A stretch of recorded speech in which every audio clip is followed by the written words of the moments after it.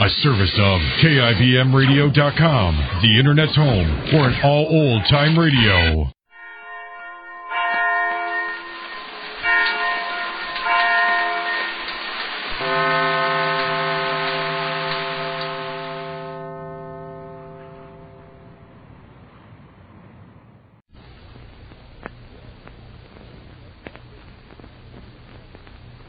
The following program is transcribed. For a wash that's deep clean, sparkling clean, use Deep Cleaning Oxidol. Oxidol is deep cleaning. Deep cleaning. Deep cleaning.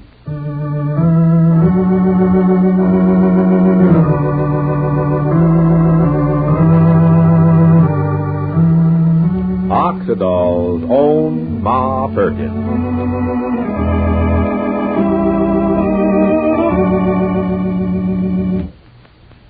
All over America, the news is out, and everywhere there's a tremendous amount of talk and excitement about Deep Cleaning Oxidol. Women are getting washes so wonderfully clean and white they can hardly believe it. They're discovering that Deep Cleaning Oxidol reaches deep down into fabrics and gets out the gray dirt left in clothes by the leading wash day suds, the leading shortcut suds. Now, this fact was demonstrated to women recently, and I'd like you to hear from Mrs. John Rising of St. Bernard, Ohio, who attended the demonstration. Here's what she saw. In this washing demonstration, they used my clean clothes. Well, at least I thought they were clean, because I had just washed them with the leading suds, the way you're told to. Then they washed those clothes over again, this time with Deep Cleaning Oxidol.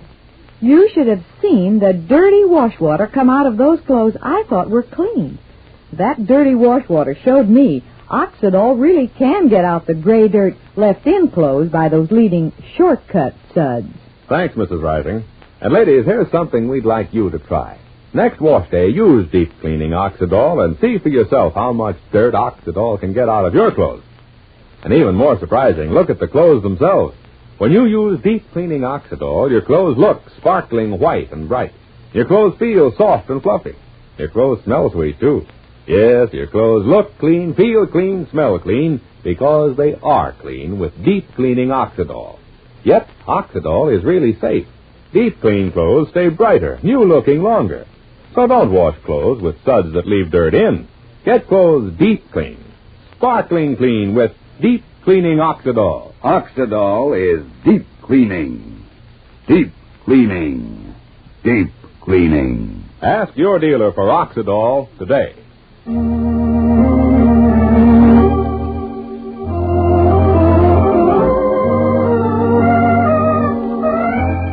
now for Ma Perkins. Well, is Ma going to learn the truth about the cousins at last? Yes, Ma told Shuffle that she would ask some questions about the matter of Sylvester denying that he took Willie's and Evie's money. We know that Sylvester did take that money, and Shuffle is sure of it. But Sylvester lied to Ma about it, and that's what Ma has promised to find out. Underneath Sylvester's lies are, of course, all the cousins' other lies, their web of deceit and fraud. Well, right now it's about 10 o'clock at night, and Willie and Evie are just coming out of the local movie theater. Listen.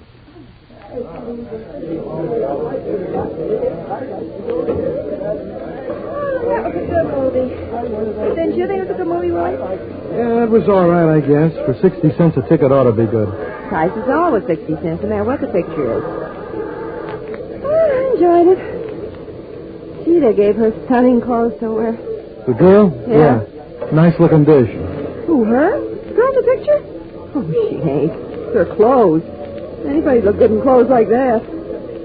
But now him, I thought he was very handsome. The guy? Yeah. No, I didn't think he was handsome. In fact, I didn't even think he could act.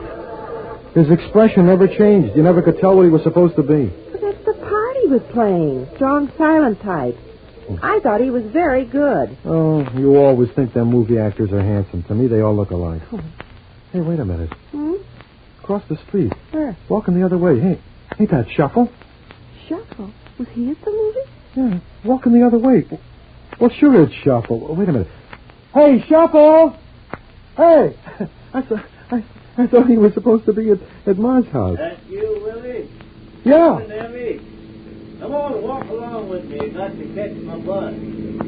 He's got to catch his bus. Come on, Evie. It's only a block out of our way. Let's walk into the bus station, huh? Willie, I suppose you forget. But irregardless, I ain't walking shuffle to no bus station. Huh? You mean you're still mad at him? Oh, for Pete's sake, Evie. At least we can act civilized. It's Shuffle. I ain't walking shuffle to no bus station. You seem to have forgotten completely my sentiments about Mr. Shuffle Schober. I got less than 10 minutes, kid. Come on. Well, then at least can we walk across the street and say hello to Shuffle? I'll tell you. You start on ahead. I'll catch up with you. I'll walk across the street with you, but then you're walking home with me.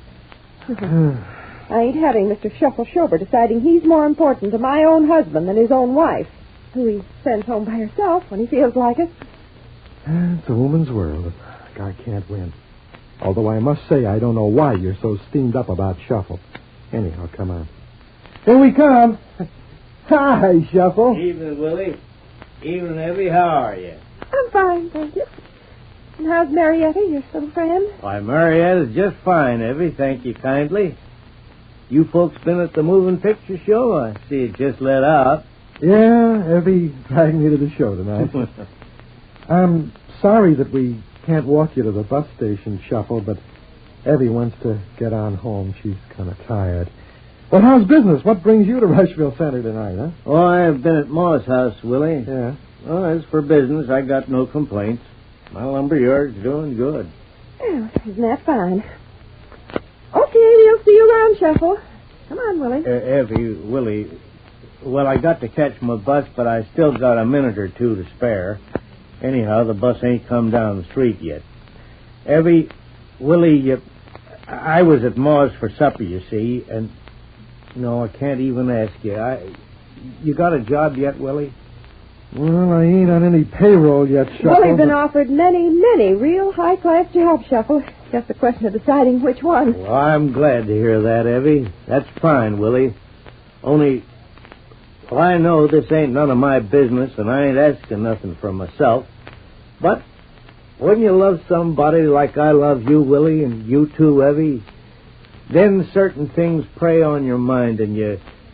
Well, listen, you two. Have you still got your life savings to fall back on, or did you make some kind of an investment with the money? Well, And now, don't even answer now. It's something else which I want to beg you to do.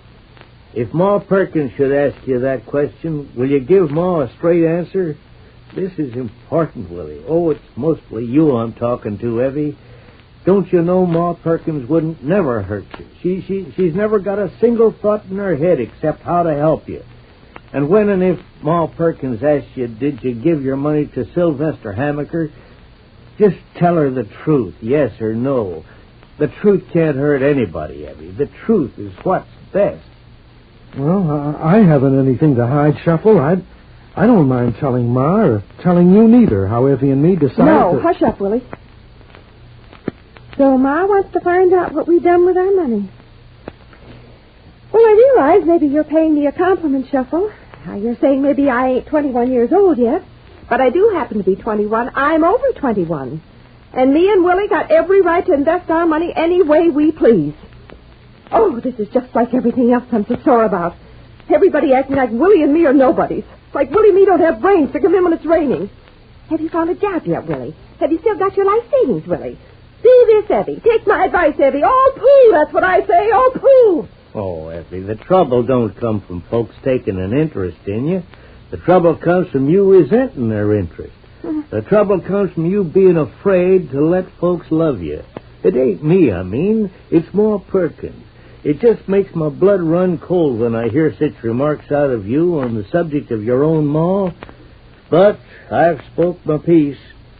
Willie, if you don't tell Ma what she's going to ask you, you're making the biggest mistake of your whole life. Mark my words, Willie. And I think there's my bus. Yeah, I gotta run. Mark my words, Willie. Evie, it's Ma Perkins who'll be asking you, Willie. But Shuffle, Good night, Shuffle. Gee, So he comes over to Ma's for supper, and what do the two of them talk about? They talk about us. Well, the way Shuffle said it, Evie, it's kind of important. Gee whiz, I don't see why it does any harm telling people how we invested in that radium mine Sylvester told us about. Well, what's the harm in telling Ma? Listen, Willie. What I just said to Shuffle, don't that mean nothing to you? All my life it's been, Evie, do this. Evie, don't do that. Let's ask Ma. Let's tell Ma. Everybody pushing us around. For once in my life, I want to be people, just like anybody else. You and me, people. Standing on our own feet, not getting pushed around. But are you sure people are pushing us around, Evie? And if you're talking about Ma, well, for goodness sake, she's older. It's a question of who's older. It's a question of everybody acting like I ain't president of the Jolly 17. Like you ain't as good as the other men in this town. That's what's important. And I'd rather die.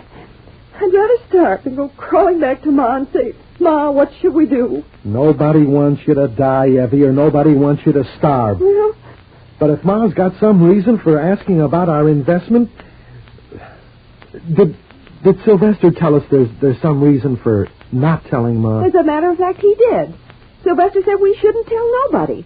And, Willie, I won't do it because that's what Sylvester said. And is that my name I hear on those beautiful lips? Huh? Sylvester. Hi, cousins. Greeting of the season. Oh, Sylvester? The same in person and not a motion picture. Well, you kids probably didn't realize it, but I was across the street when I heard you mention my name. What's up? Am I being paged? Somebody want me to run for president? No, not exactly, Sylvester. Willie. Now, Willie, here's Sylvester right now. Let's ask him again. I'll go that far, Willie. We'll ask Sylvester. Always glad to be of service, Cousin Evie. Ask Sylvester what? Listen, Sylvester, certain people want to find out about our investment with you. Did you tell me and Evie that you don't want us to talk about it? And why shouldn't we talk about it? Why, you know, I was just on my way to your house to discuss this very question. No, Cousin Willie. Under no circumstances must you ever tell anybody. There. And I'll explain to you why.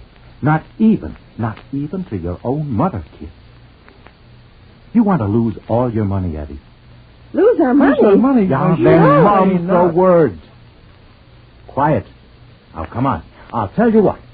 I'll buy you both an ice cream soda, and I'll explain why you mustn't ever breathe a word to a soul. No, sir. Not even to your own mother.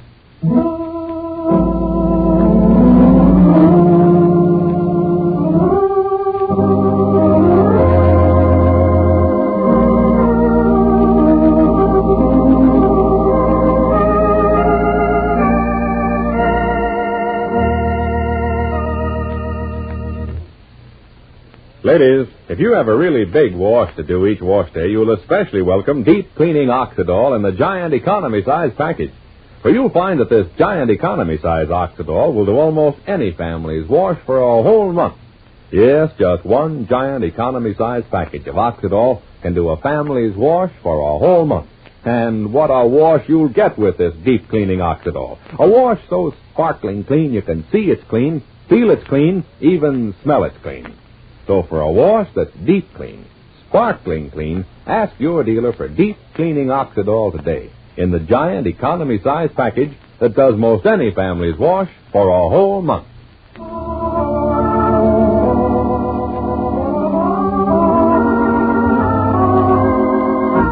And so, with his usual good luck and quick cunning, Sylvester plays on Willie and Evie.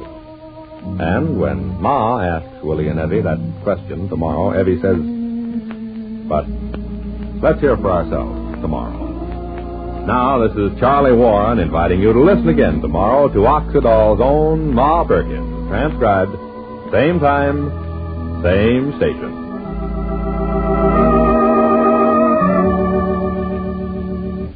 For a wash that's deep clean, sparkling clean, use Deep Cleaning Oxidol. Oxidol is deep cleaning. Deep cleaning. Deep cleaning.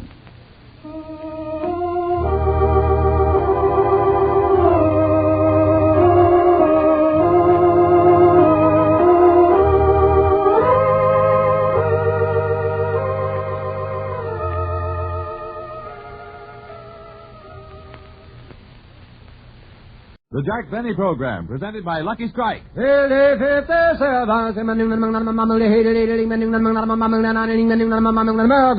a cigarette, it's the tobacco that counts. And year in, year out. LSMFT. Lucky Strike means fine tobacco. Remember, LSMFT. Lucky Strike means fine tobacco, and fine tobacco is what counts in a cigarette. Season after season, at market after market, independent tobacco experts, men who are right on the spot at the auctions, can see the makers of Lucky Strike consistently select and buy that fine, that light, that naturally mild tobacco. Fine, light, naturally mild tobacco. Real Lucky Strike tobacco. Fine tobacco that means real, deep-down smoking enjoyment for you. So smoke that smoke of fine tobacco, Lucky Strike.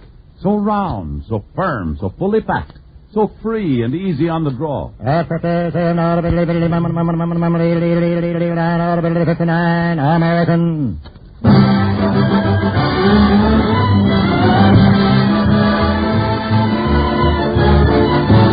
The Lucky Strike program starring Jack Benny with Mary Livingston, Phil Harris, Rochester, Dennis Day, and yours truly, Don Wilson.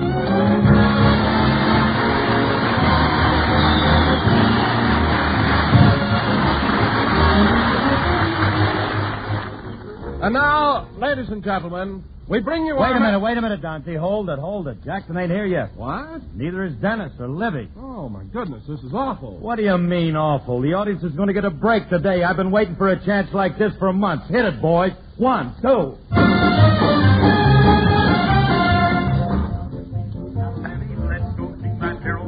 Frying eggs and broiling hammy, and that's what I like about the South. Now, there you can make no mistake, where those are done, them shaky. Rochester. Yes, sir. Step on it, will you? Can't you make this car go any faster? Boys, did you ever hear the story of the hare and the tortoise? Yes. Well, both of them just passed us. What tough luck. Imagine going out to the garage and finding a flat tire. Not a bit of air in it. There was a new one, too. It had to be the new one. Huh? The other three are filled with sand. Oh, yes, I forgot. Rochester, why have you got the windshield wipers going? We have no windshield. I know, but it keeps the steam from the radiator out of my face. No. Say, boss, I think we're making better time. I just caught up with the rabbit that passed us. Rochester, don't be silly. There are no rabbits on Sunset Boulevard. Yeah. What's up, Doc?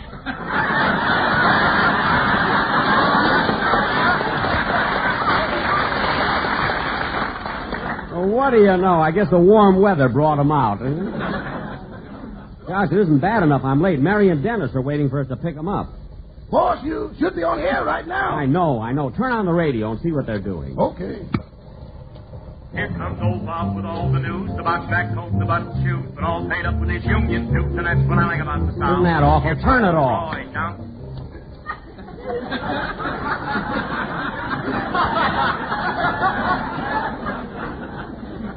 That song is enough to make a Yankee out of Senator Claghorn.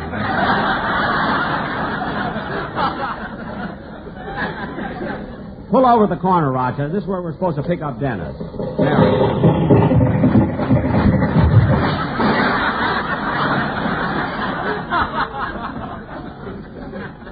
Oh, there's Dennis now. Hello, Mr. Benny. Oh, hop in, Dennis. We're late. I know. I was home listening to the radio, and Phil was singing That's What I Like About the South. I know. My mother said she wished a little bit of heaven would fall from out the sky and hit him right on the head. Well, for once in my life, I agree with your mother. She hates you, too.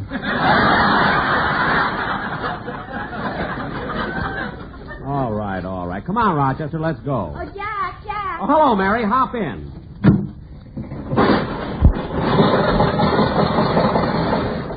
Jack, we've never been this late before. What happened? Well, we were all ready to go to the studio. When we got to the garage, we found a flat tire. I really should have called for a taxi. Call for a taxi? You wouldn't call for help if it had a meter on it. First place, you read that line wrong. I know. It's supposed to be you wouldn't call for help if it had a meter on it. I was even afraid of that this morning. What are you talking? I've taken you home from the studio in a cab many times. Oh, stop bragging. It only cost 75 cents.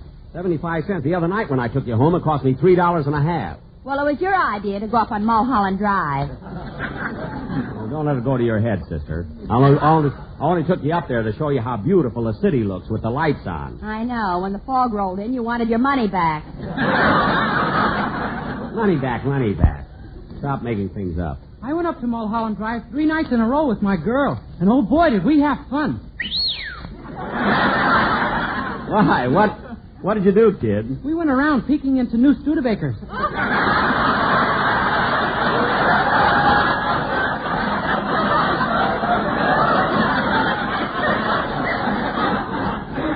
Dennis. One of them had 1,800 miles on it.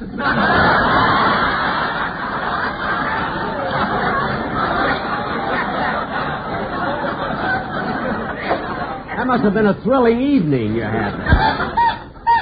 Say, Jack, we're so late. Do you think Don can hold the audience till we get there? Phil is entertaining him. I wonder what he's doing now. Rochester, turn on the radio. Don't listen to your boy whose hair is flaxen. Loosen your tie and start relaxing. When Harris is there, who needs Jackson? Because I'm what you like about the South. Who needs Jackson? What I say? Turn it off. Go see my... Rochester, you can park any place now. There's the studio up ahead. Jack, why don't you spend 15 cents and put the car in the parking lot? Because the streets belong to the people, and I'm a people. Rochester, what's the matter with you? You just passed a good parking place over there. I know, but that's on our right, boss. This car only turns left. Oh, yes, I forgot. The steering rod's broken. Well, if this car won't turn to the right, how are we going to get back to Beverly Hills? I got it all mapped out, Miss Livingston. We go straight to Pasadena, left to Bakersfield, left Oxnard, then down to Colton Hole.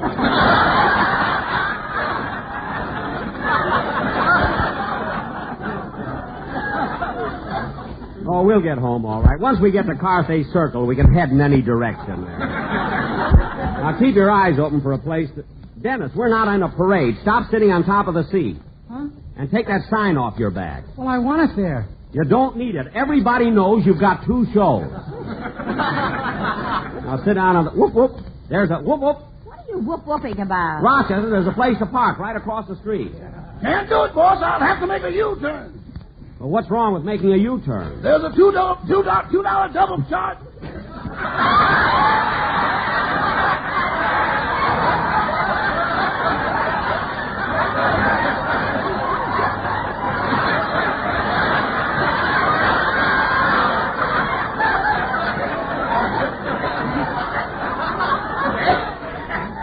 There's a $2 cover charge for that. No fraud.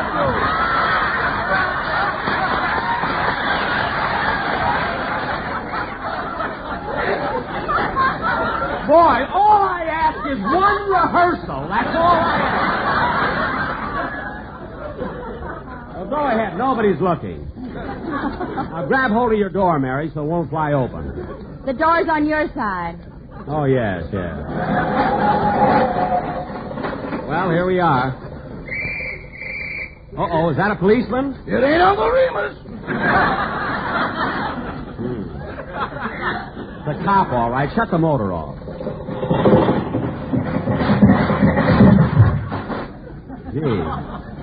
Well, what are you going to do, Jack? Oh, I'll think of something. Hey, you. What's the idea of making a U-turn in the middle of the block? Eh? I said, what's the idea of making a U-turn in the middle of the block? Don't you know it's against the law? Well, I'll tell you, officer, I don't get the city very often, so I don't know much about your newfangled laws you got here. What a performance. Ezra, be quiet. You see, officer, I live out Sherman Oaks way, and I just drove my old lady and my boy in to see the big city. Patooey. Ain't that right, Miranda? You're darn tootin'. Patooey. Thank goodness we have no windshield. Officer, this is the message. Oh, glad to know you, ma'am. Now, look, old-timer, you got to obey the traffic laws while you're in the city. Well, I'll tell you. Get your gun. Oh, that man's a revenuer.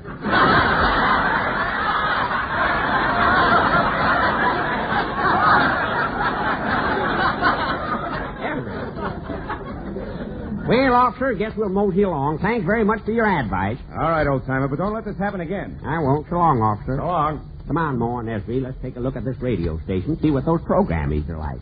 And Zeke, you sit here and wait for it. Zeke. Zeke. Who, me? Yes, you. Come on, Mary. The cop's gone now. Let's get into the studio.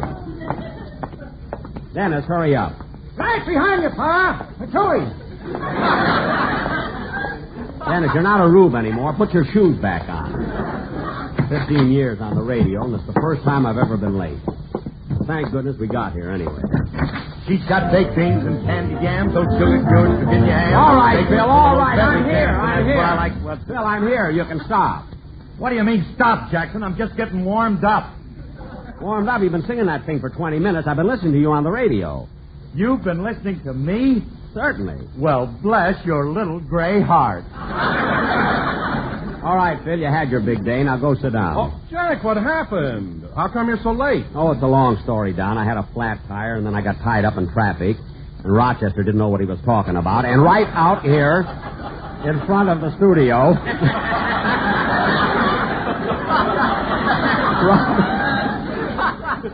Well, he was nervous. You know, a cop coming. You can blame him. Then right out here in front of the studio, a cop tried to give me a ticket. I told him I was Jack Benny. He changed his mind fast. Didn't he, Mary? But Joey! Now, look, kids, the show is so mixed up, we'll have to start somewhere. So, Dennis, maybe you all... Wait a minute. Phil. What's the matter? What are you, your, excuse the expression, musician dressed like that for? Oh, that. Well, the photographer's coming over to take some publicity shots, and I told the boys that if they look glamorous, they might get their pictures in Esquire. Look, Phil, your boys will never get their pictures in Esquire. So you can tell Frankie to put down that white telephone and take off that low-cut sweatshirt. And tell him to cover up that tattoo on his chest. Are you kidding? He gets paid for that. I know, but it's such a ridiculous tattoo. This is the year of the yearling. What a slogan, the year of the yearling. What about the slogan they had for your picture? Mary. This is the week of the weakling. That shows how much you know. It didn't even run a week. Now, look, kids, before we start our play for tonight, I think Dennis... What's that? Jack, there's a man in the third row with a gun. Hey, mister, what's the idea? Oh, I'm sorry. I tried to shoot myself, but I missed. Well, what's wrong? I'm a dentist, and my patient is driving me crazy. Your patient? Her name is Nora Prentice, and she won't open her mouth.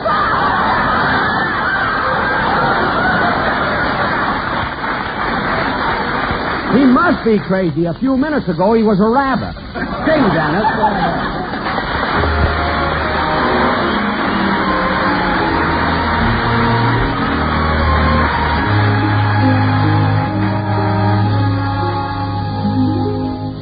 How are things in Glockamore? Is that little brook still leaping there? Does it still run down to Johnny Cove through Killy Bay, Kilterry and Kildare? How are things in Glockamore? Is that willow tree still weeping there? Does that lassie with a twinkling eye come smiling by? And does she walk away sad and dreamy there, not to see me there? So I ask each weeping willow and each brook along the way, and each laugh that comes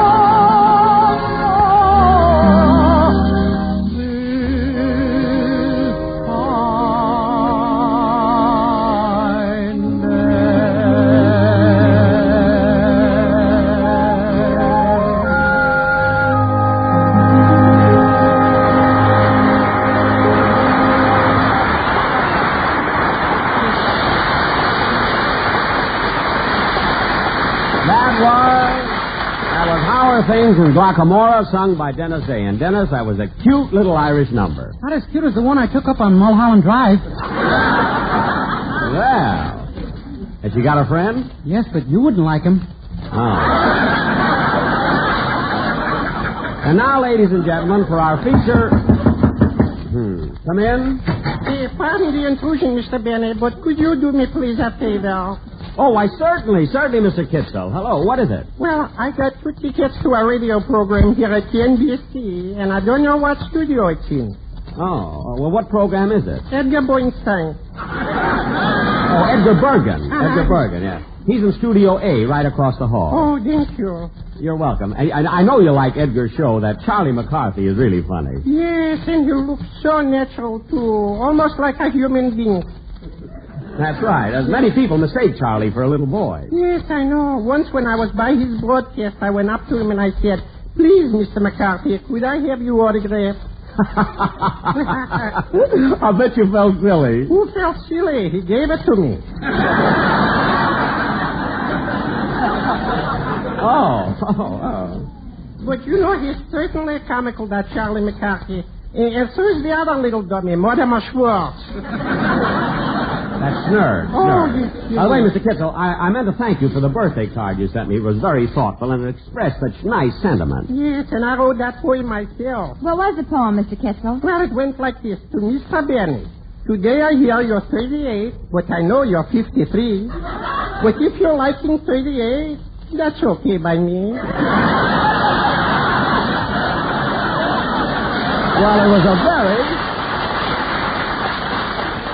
very cute talk. Mr. Kitzel, in case you happen to pass my house during the next few days, drop in. I'll mix you a martini. A martini?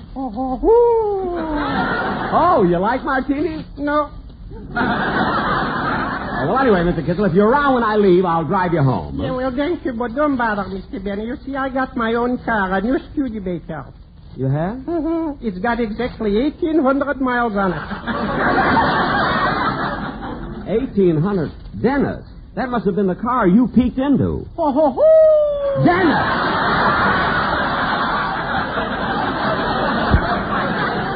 Well, goodbye, Mr. Benny. So long, Mr. Kitzel. How are things in Glockamora?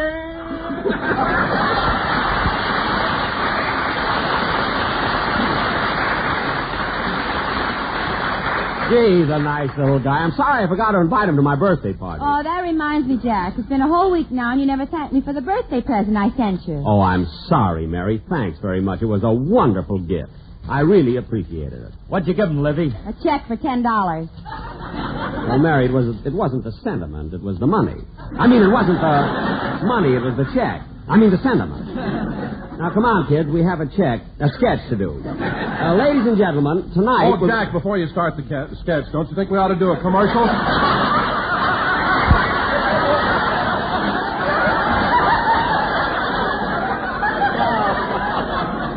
Just one color. That's all I ask. One man read a line right. That's all I ask. 13 years he's been with me. What are you going to say, Don? Well, I say, before you start the sketch, don't you think we ought to do a commercial? A commercial? Well, to start me an original idea. Yes, Don, by all means, let's be doing... Let's be daring and do a commercial. Okay, Jack. Quartet ready. The what? The quartet? Yeah. Now, wait a minute, Don, wait a minute.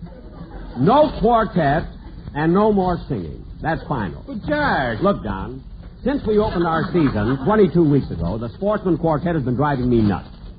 It isn't bad enough what they do to me in the studio. But 2 weeks ago, you brought them right out on the street, right out on the corner in front of NBC, in front of a crowd of people, and embarrassed me something awful. Imagine them singing a commercial and people throwing money. Pennies. How much was it, Jack? $4.67. I'm smart, Alex, who is slug. So, Don, let's not talk about it anymore. The quartet is through. They'll never sing for me again. Jack, I know I've asked you many times to give these boys one more chance, and I'm going to ask you again, but just this once. Don, look. And if you don't like it this time, you can fire them, and I give you my word of honor, I'll not interfere. Well, All right, Don. If you really mean what you said, it's a deal. I'll give these boys one more chance. Remember, fellas, this is your last chance. Is that clear? All right, Don. Okay, the number is humorous. Take it, boys, and remember, your job depends on it. Go ahead. L-S-L-S-M-F-T means find tobacco, don't you see? Not bad. Yes, L-S-L-S-M-F-M-F-T, my darling. Better. If you wish to smell, it's merely T-F-M-S-L. Backwards? So round, so firm, so Not bad at all. Very good. Very good. Pull me back, arithmetic with a joke. Rock it, you must rock it. A little bit of heaven is balance and empty. Give me a piece of pipe. John, look. No, John, that isn't what I want. John, that isn't what I want to try. There is nothing quite like a lucky. John, that isn't what I want. Wait a minute, fellas. Wait a minute, fellas. That's not it at all. We know, so we say it's so fast. Wait a minute, fellas. Look, wait a minute. Wait a minute!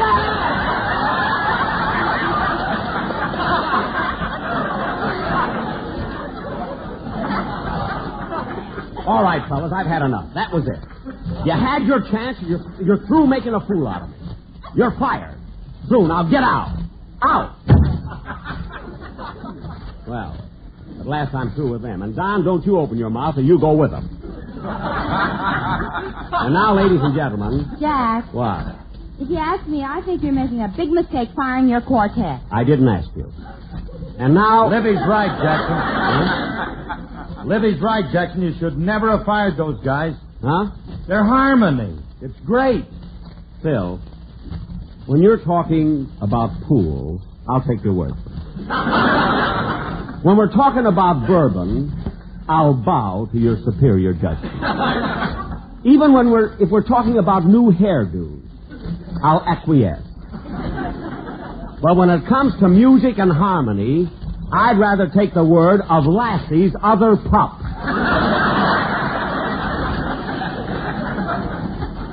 And now, ladies and gentlemen... I think you're right, Mr. Benny. You bet I'm right. I'm glad you're on my side, Dennis. The other side wouldn't have me. And the quartet is fired, and that's settled. Now, let's get on with the play. And now, ladies and gentlemen, for our feature attraction tonight. Oh, now what? Come in. How do you do, folks? I'm the photographer from Downbeat Magazine. I'm here to take pictures of Phil Harris's band. Wait a minute, mister. We're trying to do a program. Why are you taking pictures of Harris's orchestra? Oh, they just won a popularity contest that was conducted by our magazine. A contest? Yes, we stopped 10 people on the street and asked them who their favorite band was. Uh-huh. And all 11 voted for Phil Harris. You stopped 10 people and 11 of them voted for Phil? One of them had 2 heads. That I can believe. Hey, wait a minute, Bub. Wait a minute. We ain't posing for just anybody. Are you a good photographer? Oh, I'm one of the best in the business. I have some pictures here that I've taken of my children. Here, look at them. Now, look, we haven't time. Oh, Jack, look at these pictures. Aren't they cute? How old is this little boy? That's Irving. He's 7. And this little fellow is Julius. He's 5. Well, how about this cute little girl? The smallest one on the end. That's my wife. She's a midget. I'm terribly sorry. I didn't mean to be rude. That is... Oh, that's all right. Quite frequently, I get my wife mixed up with the children. Really? Yes, only this morning I fed her a bowl of pablum, threw her over my shoulder, and burped her. Oh. I didn't realize she was my wife till her teeth dropped on the floor.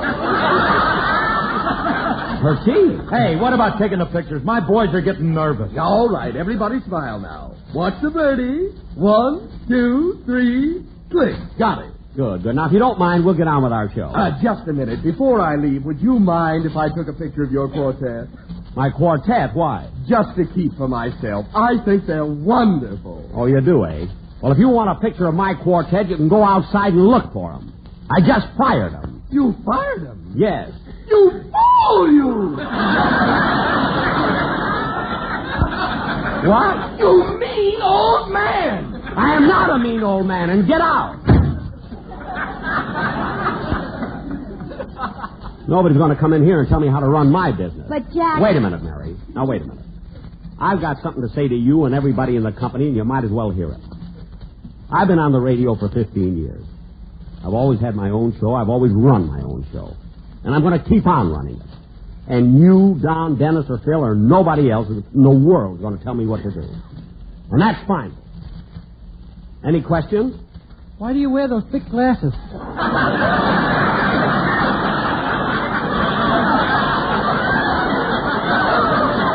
Because they don't cost any more than the thin one. That's right. Now, let's get on with the show. Ladies and gentlemen... Oh, darn it, the phone. Mary, answer it, please. Okay. Hello? Yes? Yes, sir, he's right here. Who is it, Mary? Jack, it's Mr. Vincent Riggio, president of the American Tobacco Company. Oh, my sponsor. Hello, Vince. Vincent? Oh, Mr. Riggio. Well, what can I do for you, Mr. Riggio? You've been listening to the show? Wasn't it great? Oh. I shouldn't have what? But I had to fire him. That quartet was the worst. You don't think so? Well, everybody's entitled to his own opinion. I mean, that's why they put rubber mats around cuspidors.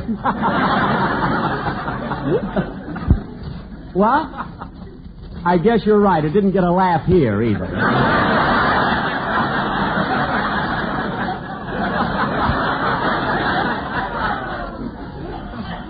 But about the quartet, Mr. Riggio, I felt that... I know, but Mr. Riggio... I know, but... Yes, but... You might be right, but...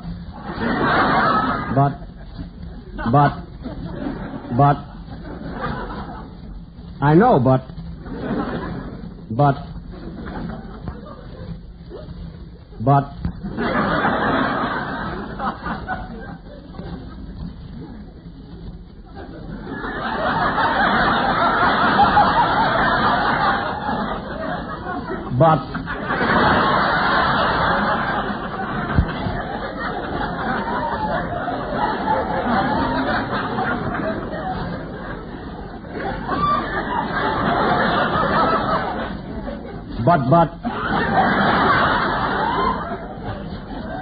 But,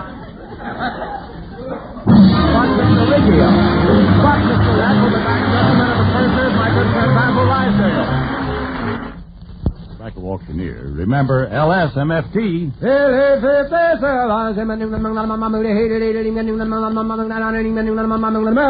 Lucky Strike means fine tobacco. And fine tobacco is what counts in a cigarette. Listen to the words of a man who's been an independent tobacco auctioneer for 21 years, Mr. Dewey H. Huffine of Reedsville, North Carolina. Mr. Huffine really knows tobacco, and here's what he said. At thousands of tobacco auctions, I've seen the makers of Lucky Strike buy mild, ripe, mellow tobacco that tastes good and smokes good. I've smoked Lucky's myself for 29 years. Quote, at thousands of tobacco auctions, I have seen the makers of Lucky Strike buy mild, ripe, mellow tobacco. Unquote. Remember, independent tobacco experts like Mr. Huffine can see the makers of Lucky Strike consistently select and buy that fine, that light, that naturally mild tobacco. Fine, light, naturally mild tobacco. Yes, first, last, always. LSMFT. Lucky Strike means fine tobacco. LSMFT. No doubt about it. Lucky Strike means fine tobacco, and fine tobacco means real, deep-down smoking enjoyment for you. So smoke that smoke of fine tobacco, Lucky Strike. So round, so firm, so fully packed, so free and easy on the draw. But, Mr. Riggio, well, all right, if you want a quartet, I'll have to think it over. Good health to all from Rexall. It's the Phil Harris Alice Faye Show, presented by the makers of Rexall drug products and 10,000 independent Rexall family druggists. Good evening. This is your Rexall family druggist with a welcome from all 10,000 of us. The 10,000 independent druggists who have added the word Rexall to our own store names. You can always tell us by the orange and blue Rexall sign on our windows. But our best identification is that we carry the 2,000 or more drug products made by the Rexall Drug Company. Many of you are already faithful users of some of these famous products, like Rexall aspirin, for instance. Here is the aspirin that by laboratory test disintegrates faster than any other leading brand tested. Remember that the next time you need aspirin. And remember also, it's quality like that we family druggists are talking about when we tell you you can depend on any drug product that bears the name Rexall. Good health to all from Rexall. And now your Rexall family druggist brings you the Phil Harris Alice Faye Show. Written by Ray Singer and Dick Chevrolet with Elliot Lewis, Walter Tetley, Robert North, Janine Roos, Ann Whitfield, Walter Sharp and his music, yours truly, Bill Foreman, and starring Alice Faye and Phil Harris.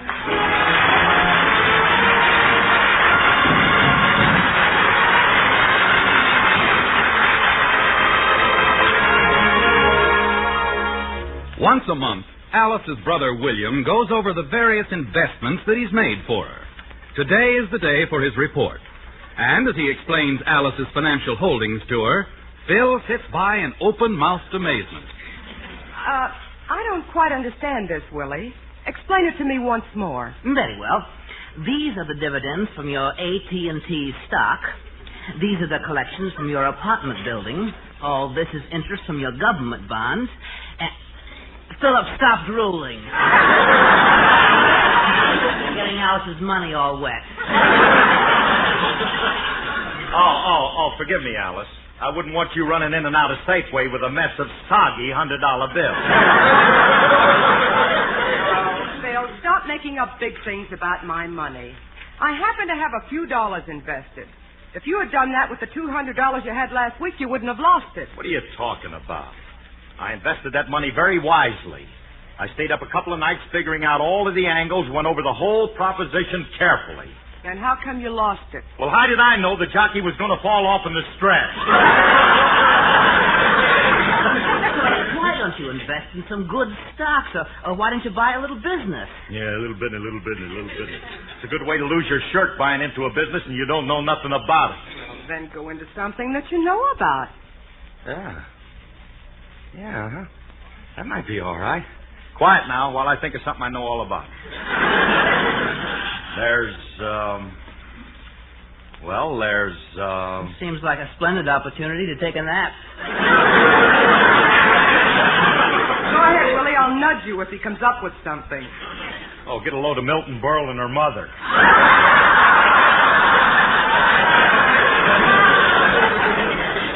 Philip, why don't you let me advise you on a business? Yeah, because I don't want any advice from you on a business. That's why I got plenty of intellectual friends to advise me. Like Frankie, I suppose. Well, what's wrong with Frankie's intellect? Nothing that a cut-rate brain surgeon couldn't correct with a dull knife and fork. Now, leave Remley alone. Remley's no dope. That kid's got a good head on his shoulders. And the one he carries under his arm ain't bad.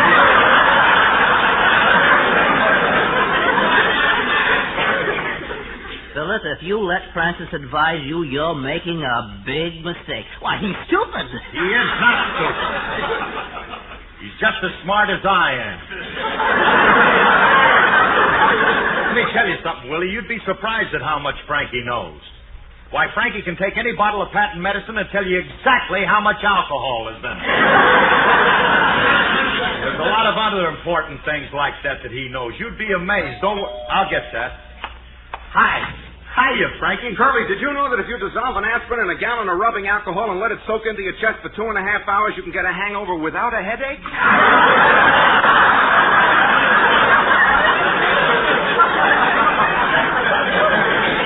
Just been telling them about you. That's what. Yes, sir. You see, Willie and me just had an argument, Frankie. He said that you're stupid, but I defended you. I said you're just as smart as I am. What kind of a defense is that? But Frankie, Willie only said I'm stupid. You got me in a moron bracket. You hurt my feelings, Curly. I feel I'm smarter than you, and if you're going to go around saying... All right. I apologize. All right. You're smarter than I am. That's why I want to ask your advice. My advice? About what? Well, you see, Frankie, I saved a little money up, and Willie thinks that I should invest it in something, but I thought I'd talk to you first. A wise move.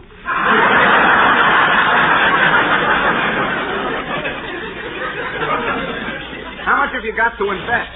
Not so loud, Remley. I don't want Alice to know about this, but I got $500 stashed away. Where have you got it? Pinned to my undershirt.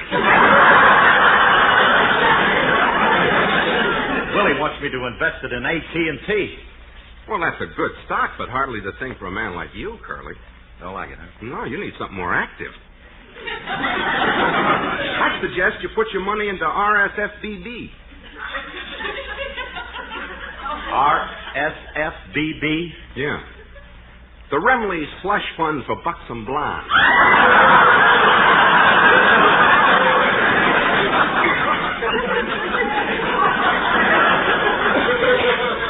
It's a holding company.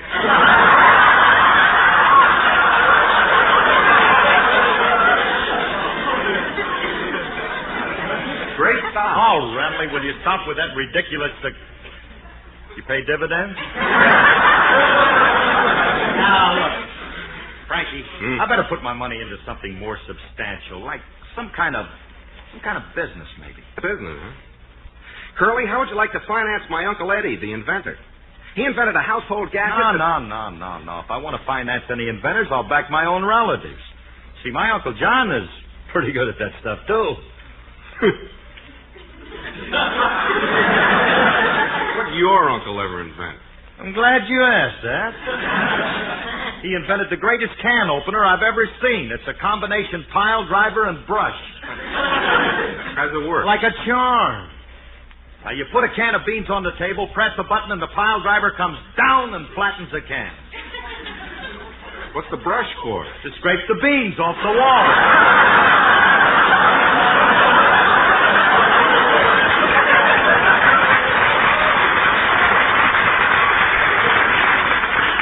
Let's see your uncle top that. You think he can't, huh?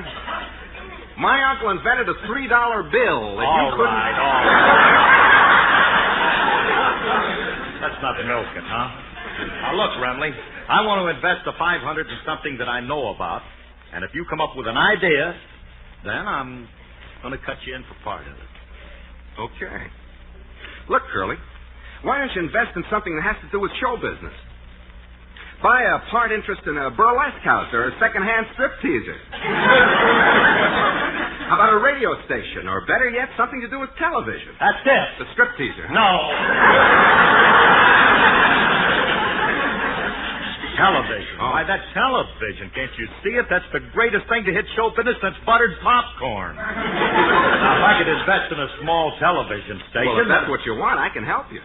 Bill Zachary owns a small television station in the valley, and I think I can get him to sell you some stock in it. Oh, thanks, Frankie, can you? Sure. Well, listen, you go over and talk to him, and then... Hey, wait a minute. Hold a minute. What? Well, maybe you better take my $500 with you. You see, in case he agrees to sell, I want to get in on it before he changes his mind. Well, all right, give me the dough. Okay.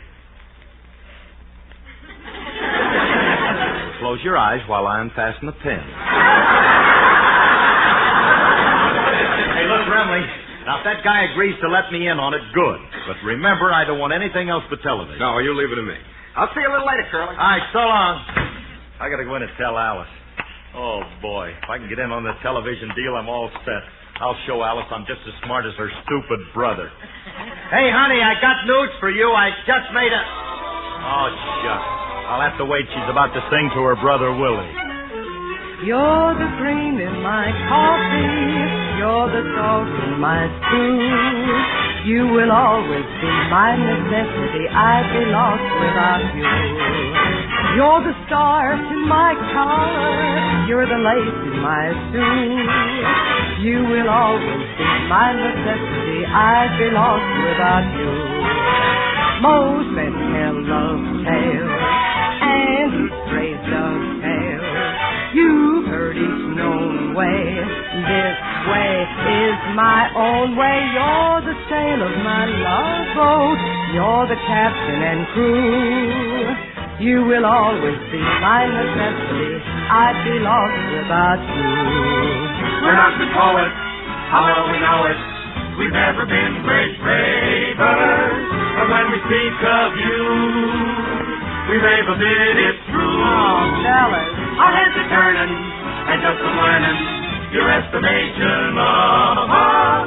What sugar does for tea, that's what you do to me. 'Cause you give life favor, bring out each flavor. So this is clear, dear. You're my Worcester, dear. You're the sail of my love boat. You're the captain and crew. You will always be my necessity. I'd be lost without you.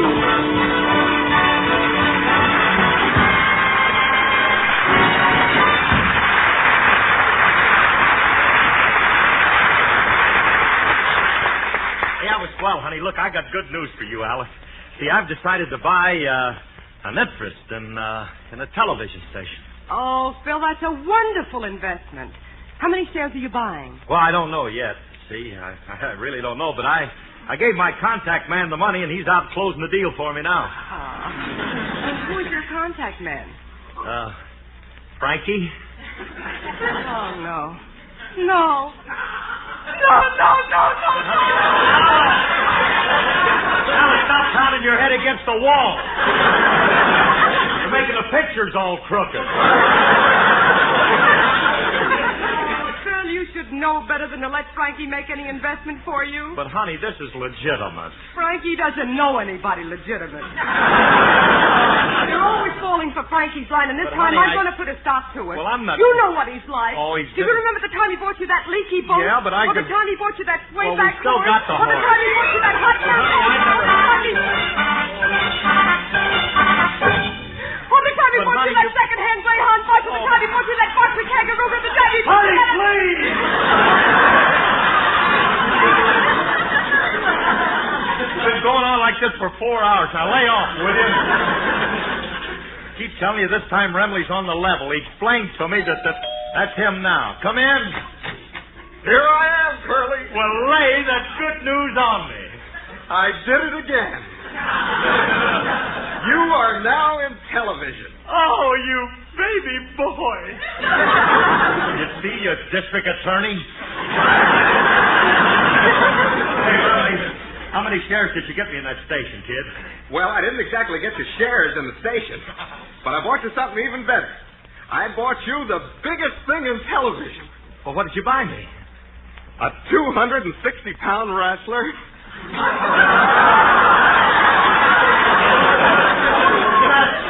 Remley, how could you do such... Alice, stop that. You're making the pictures crooked again.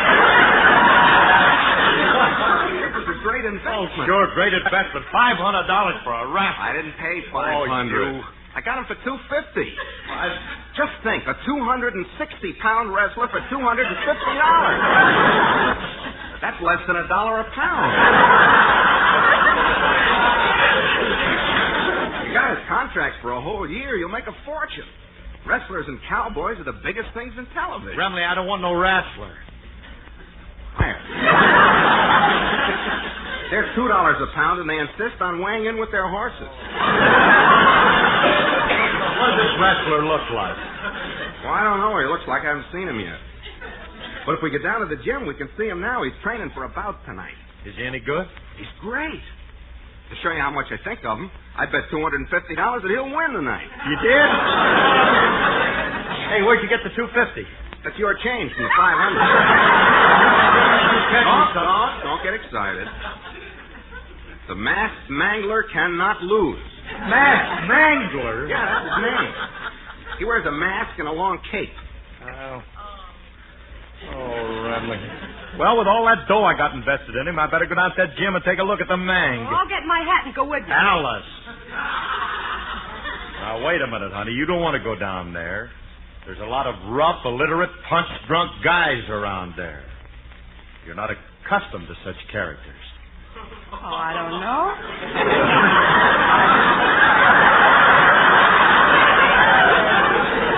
I go to your band rehearsals all the time.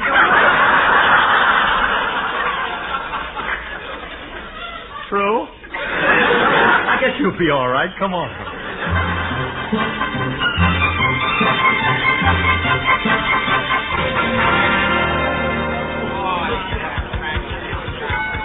Hey, look at them go, huh? Yeah. I love it down here, don't you? That's wonderful. Yeah. Hey, Remley, a lot of rough characters in this gym. Sure glad I left Alice and made her wait outside. Oh, yeah. It's certainly a crude-looking group. I'm glad we don't have to associate with these low creatures. Thank goodness our associates come from a higher strata of society. Oh, there you are, Frankie. When are you going to pay me the $3 you owe me? Hey, Rem, who's the Deb? He's my doctor. Oh. He trains here for all his operations. Hey, Curly, look.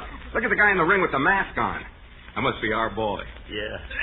Hey, look at the size of that guy. Yeah. He's tremendous, eh? Hey, Remley, I think this time we got something. Yeah. Come on, let's go over and watch while he mixes with that other guy. Yeah.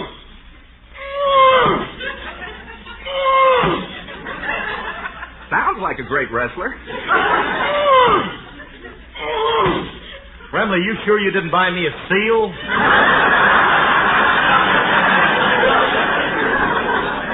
They all grunt like that. Hey, Curly, look at the form on the mangler. No, He's got a great stranglehold on the other. I don't like it, I'm trying to tell you. He ain't doing it right. I better get him straight, too. Hey, you up there. Hey, man. Hey, break it up, will you? Break it up there. Wait a minute, Bud. What's the idea of telling my boy to stop wrestling? What do you mean, your boy? That's the masked mangler, ain't it? No, this is the Hooded Terror. Oh, the hooded guy. Oh, I'm sorry, mister. I thought that was my wrestler. See, I just bought the masked mangler. You bought the masked man? Yes. The masked mangler!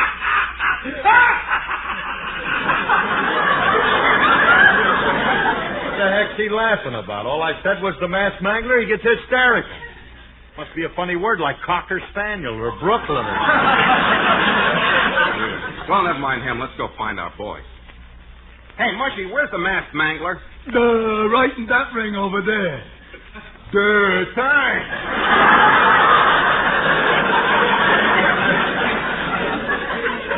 I didn't know you spoke the language that well. Well, come on, Shirley. Let's go over and see the mangler. Oh, look, yeah. Yeah, there he is right there. Hey, Frankie, look. Hey, he's taking his robe off. At last we're going to see what he looks like.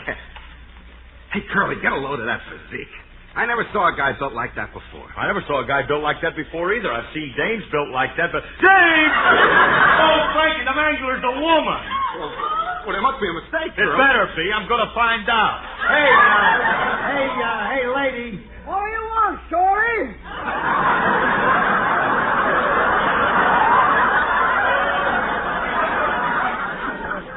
You mind telling me your name? Not at all. They call me the masked mangler, but you can call me Myrtle. Myrtle? She looks more like Clyde.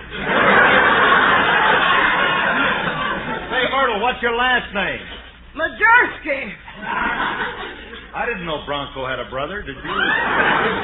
Say, look, lady. What's on your mind, handsome? You'll be all right. Say, my name is Phil Harris. I'm your new owner. Well, this promises to be a happy association. You want to wrestle, Shooty? Well, couldn't we just shake hands? Well, if you insist. Shake.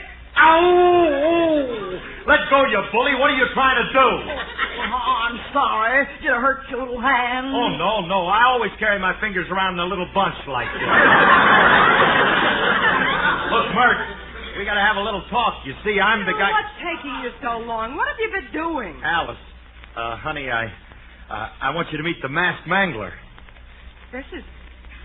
Phil, this is a woman. Isn't it?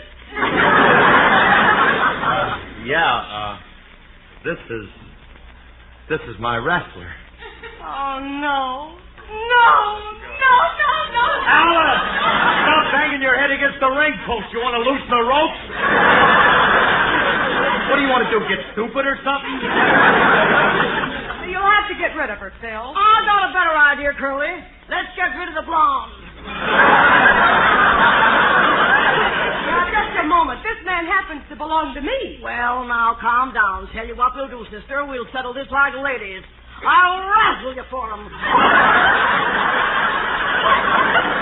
Balls out of three. Hey, just like old times, got two women fighting over me.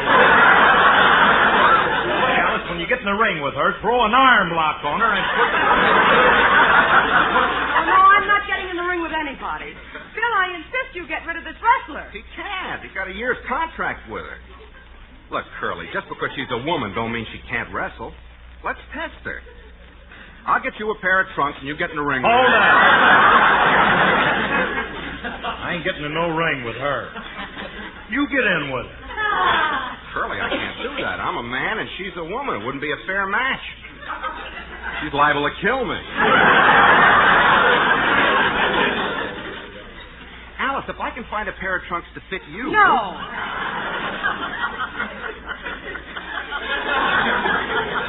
Poor Curly, married to a coward. Well, if nobody will wrestle her, I guess I'll have to. Good boy, Frankie. Hey, Mert, you think you can handle him? Handle him? Why, I'll mangle him. Take your coat off and climb up in the ring, small fry. Hi, Mr. Harris. Now, what are you doing here, Julius? I come down to see your wrestler. Where is he? Right up there. The one in the tights. This is a wrestler? Looks more like an untidy pile of chopped liver.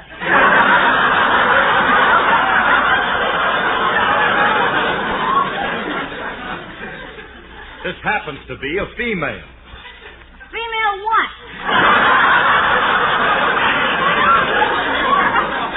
A female woman. Careful what you're saying, Max. You're speaking of the sex my mother belongs to. Say, who is this handsome little boy? Come here, son. You're the cutest little rascal I've ever... You pat me on the head, you pat me into the floor. Be quiet, will you, Julius? We got something important to do. All right, Brem, get started. Now, don't hurt that little lady. I'll try to be gentle. All right, Mert, I'm ready. Come and get it. Here I come. Hey, she threw him right out of the ring. I don't believe it. Let me see you do that again, lady. All right, this time I'll throw him back in the ring. Hey, look at the bounce. This gal's sensational. But I still don't believe it. Once more, lady. Okay, I'll throw him out again. Don't strain yourself. I'll throw myself out. Oh. Hey, Brem, this dame is terrific. If she wrestles for us, we'll make a fortune with her. Yeah, we're going to need it to give me a decent burial. I made a fortune except for one thing. Women ain't allowed to wrestle in California. They ain't allowed. But I got my money. I got 500. Miss Nagurski, is this true? Yes, it is, Curly. That's why my manager sold you him a contract. But I... Oh, maybe it's just as well, Phil. Oh. It cost you $500, but you're free of her. Well, I guess so. All right, let's get out of here. So long, Mert. It's been nice knowing you, Mert. Not so fast. We got a contract. You're my master for a whole year, Curly. I like you boys, and I'm sticking with you. Shall we go home? And don't you worry, I will cause you no trouble. I do everything I can for you fellas. Think we can get enough meat to feed her? All right, come on. Gee, what a day. All this has tired me out. You're tired. What about me? I almost broke my back throwing me out of the ring. I can barely walk. I don't know if I'll be able to make it to the car. Myrtle, put me down! Okay, do you want me to put you down too, Mr. Harris? No! You cost me $500 and I'm going to get something for my money. You're taking me home. Climb up here, Alice. You can drive. Get out!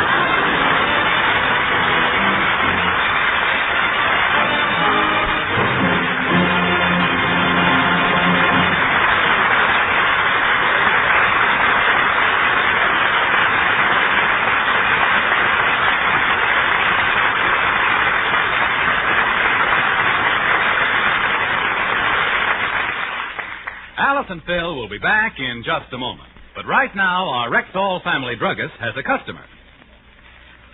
What's the name of that Rexall antacid you sold me a little while back? You must mean Bismarex, ma'am. Bismarex, that's it. I don't think I've ever found faster relief for acid indigestion. That's because Bismarex works like a team in a relay race. Like a relay race? Mm-hmm. Well, what on earth do you mean? Well, the carefully balanced ingredients in Bismarex vary in the time required for solubility, so that each one works in sequence, like a four-man relay race. I get it. One ingredient starts in where the other leaves off. That's it. The first man, or ingredient, promptly relieves the heartburn that comes from food fermentation in the stomach. The next one races to neutralize hyperacidity. The third one eases gastric distress. And the finished man leaves a soothing protective covering for irritated stomach membranes. No wonder Bismarex gives such fast relief. Well, ma'am, that kind of quality applies to all of Rexall's 2,000 or more drug products. And that's why 10,000 family druggists will tell you can depend on any drug product that bears the name Rexall. Good health to all from Rexall.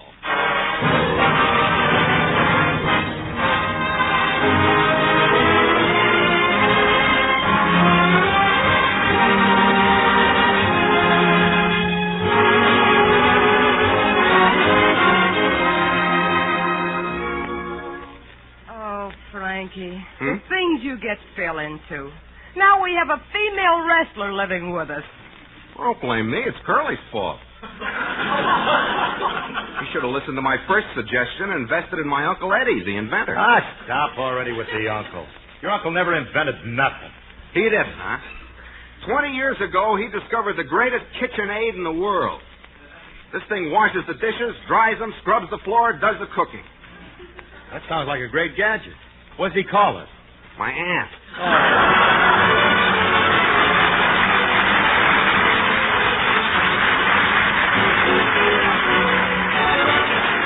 This program was produced and directed by Paul Phillips. Included in today's cast were Martha Winkworth and Alan Reed. The part of Frankie Remley was played by Elliot Lewis, and Julius was played by Walter Tetley. Alice Faye appeared through the courtesy of 20th Century Fox. When you have increased susceptibility to colds due to lack of vitamins, take Plenamins, Rexall's famous multivitamin capsules. 2 Plenamine capsules a day give you more than the daily minimum requirements of every vitamin for which such requirements have been established, plus valuable concentrates of liver and iron. Ask for Plenamins at the store with the orange and blue Rexall sign on the window. And remember, you can depend on any drug product that bears the name Rexall.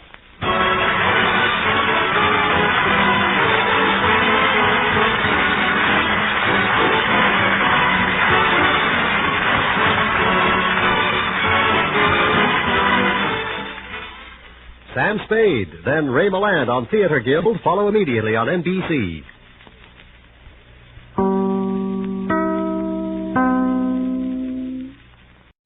Speaking of radio, the Jack Benny program.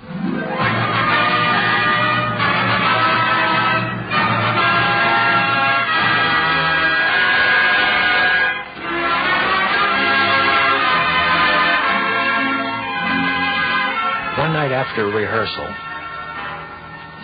some man who was there came up to Jack and said, "Mr. Benny, I think the 2 jokes on page 6, and he showed them to him. He said, "I think these should be cut. And Jack says, well, why? He says, because they're not funny. And Jack says, wait a minute. He says, don't you ever say that those jokes or any other jokes are not funny. You say you think they aren't funny. And the fella says, well, okay, I think they're not funny. Jack says, now that's fine, I'll buy that. But he says, unfortunately for you, he says, my writers and I think they are funny, and they're going to stay in. And they stayed in, and they both got big laughs.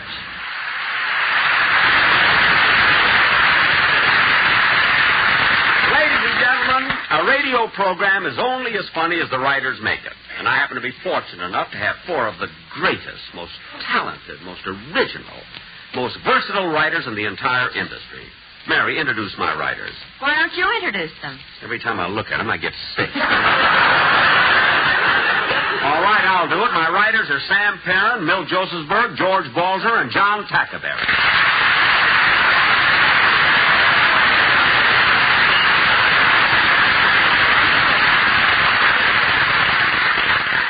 Sam, I understand you're going to spend your vacation at the Flamingo Hotel in Las Vegas. Yes, and thanks for mentioning it. Now I won't have to pay. And George, you're going to spend your vacation at the Del Mar Hotel in Del Mar. Thanks for mentioning it, Jack. Now I won't have to pay. And Tack, you're going to spend your vacation at the Shamrock Hotel in Houston. Thanks for mentioning it, Jack. Now I won't have to pay. And Milt, you're going to spend your vacation at your brother's house in Brooklyn. Thanks for mentioning it, Jack, but he's still going to charge me.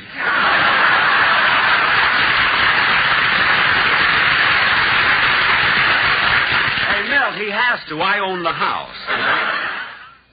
The head writer, the head writer was Jack himself.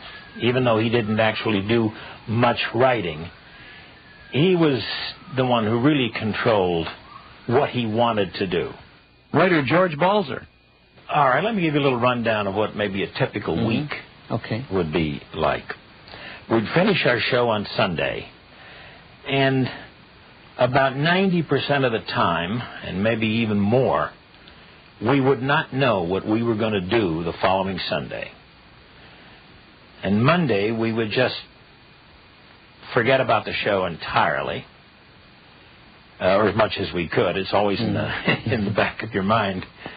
And on Tuesday, we would get together, either physically get together or by phone, and discuss a few possible ideas and so forth, and then have a conversation or two with Jack. And when a basic idea, not necessarily in great detail, was laid out, then on, that would be Tuesday.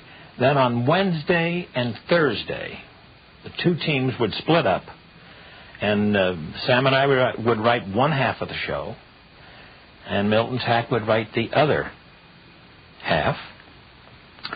And during those 2 days, we would keep in touch by phone, merely to have a blend when we wanted to put the two spots together. Why, we would call them, or they would call us and say, "How did you finish your part?"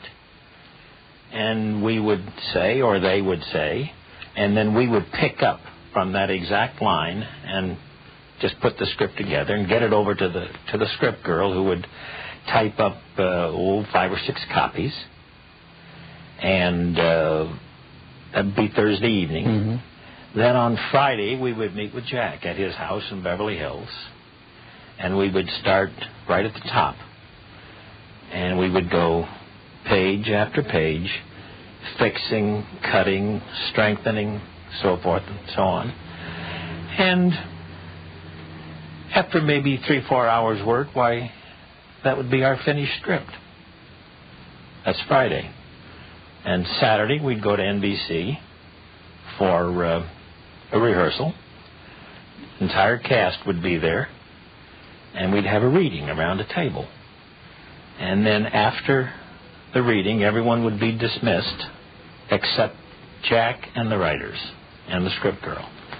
Then we'd go in one of the rooms there at the studio, And we would work the script over again. By that time, we knew whether we were 2, 3, 4, 5 minutes over or whatever had to be cut. And after a couple of hours, why, that was the finished script. And we then would be ready for a Sunday morning rehearsal. And we would have a reading around the table again for any of the new material. And then we'd go on mic, rehearse. Then we'd have a break. And come back and do a show. And then Sunday evening, we were right back where we were a week before, not knowing what we were going to do for next week. You make it sound so simple. And now, ladies and gentlemen, let's go back to last night and out to Jack Benny's house, where the whole gang has gathered for rehearsal.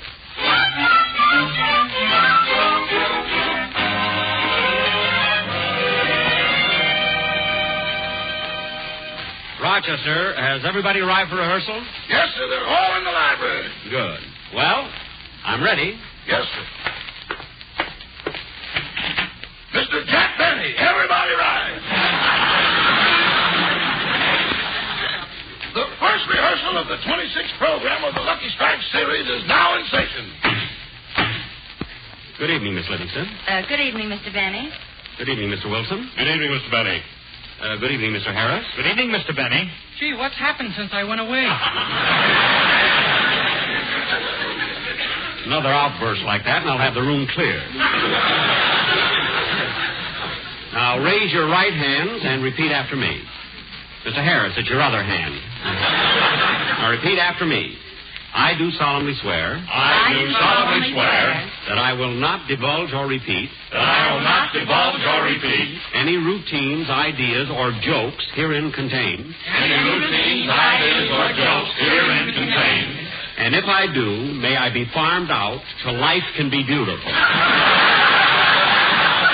And if I do, may I be farmed out till life can be beautiful. You may all be seated. Rehearsal is now in session. And now, to facilitate the reading of the script, will everybody please remove their paper clips? Good. Rochester, collect them, count them, and straighten the bent ones. Yes, sir. We will now commence the rehearsal with the opening introduction by Mr. Wilson. Mr. Wilson, if you please. Thank you. I beg your pardon, Mr. Benny. Just a moment, Mr. Wilson. What is it, Mr. Harris? Well, I'd like to propose an amendment to joke 4 on page 6. Why? Because it stinks.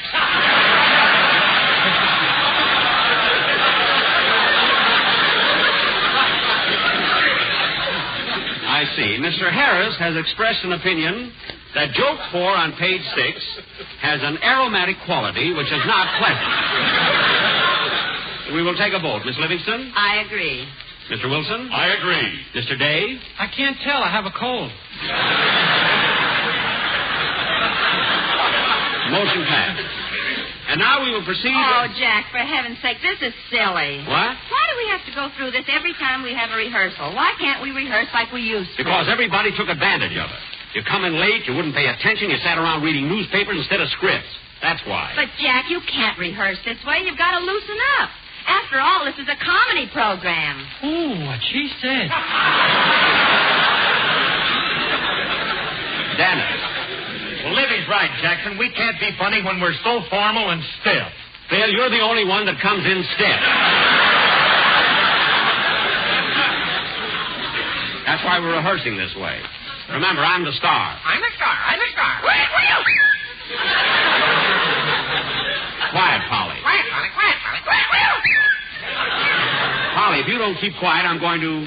You know what? Oh, Jack, not again. What does he do, Livy? Every time the Polly talks back to him, he takes her out of the cage, opens the front door, and hands her a road map to Capistrano. Mary. That's the only parrot registered with the Automobile Club. Never mind. Let's get started with the rehearsal. Now, here's the way the show will run. We'll do our usual opening spot, a band number, and then Dennis's songs. Sandwiches, hard-boiled eggs, and Coca-Cola. Get your sandwiches, hard-boiled eggs, and Coca-Cola here. Oh, yes. I'll have a roast beef. Here you are. you.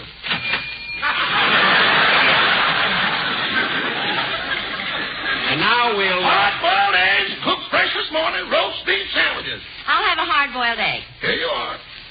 Thank you. And now we'll... May I have a paper napkin, please? Yes, ma'am. Here you are. Thank you.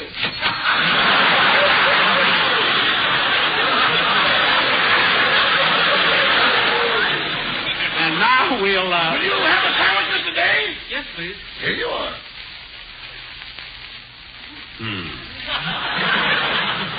I'll have to re-educate this kid. He got his food free in the Navy. And now we'll go... That's called for sandwiches, hard-boiled eggs, and Coca-Cola. Eggs and Coca-Cola! Eggs and Coca-Cola! It was in March of 1948. We were doing a thing where Jack borrowed Ronald Colman's Oscar. Writer Milt Josephsberg. And to show it to Rochester. And the idea of this, we had a running thing for like 6 weeks where Jack would be robbed of the Oscar. And then to give Ronald Colman his Oscar, he would borrow Bing Crosby's Oscar. Then he would be short an Oscar and would borrow Paul Lucas, who won an Oscar for... I don't remember. Watch on the Rhine. One of those. But he would always be one Oscar behind, and this way we would always have the guest star, a full guest star, and then the following week when Jack returned the Oscar, he would have that person on for a couple of seconds, a vignette cameo appearance. I don't remember what happened with that, and nobody remembers what happened. But John Tackerberry and I had to write the thing where he came home and was robbed of the Oscar. And incidentally, this joke became, in Jack's obituary in Time magazine, they ran Your Money or Your Life, long pause, burglar, Your Money or Your Life, Jack Benny, I'm thinking it over. Jean Kerr wrote an article. She's the authoress, playwright, I think for the Saturday Evening Post, in which she said that only 3 great jokes can she remember from radio, and this was one of them. And it has been called the most famous joke in the history of broadcasting, and it came about accidentally. Because Tackerberry and I had to write this, and now we had the thing where the burglar, the crook, who was played by a man named Eddie Marr, and he was supposed to hold Jack up. And now we're writing, and writers are very different people. I would be a pacer at times. John Tackerberry used to relax and half doze off on the couch, you know what I mean, until we had something and he'd snap to.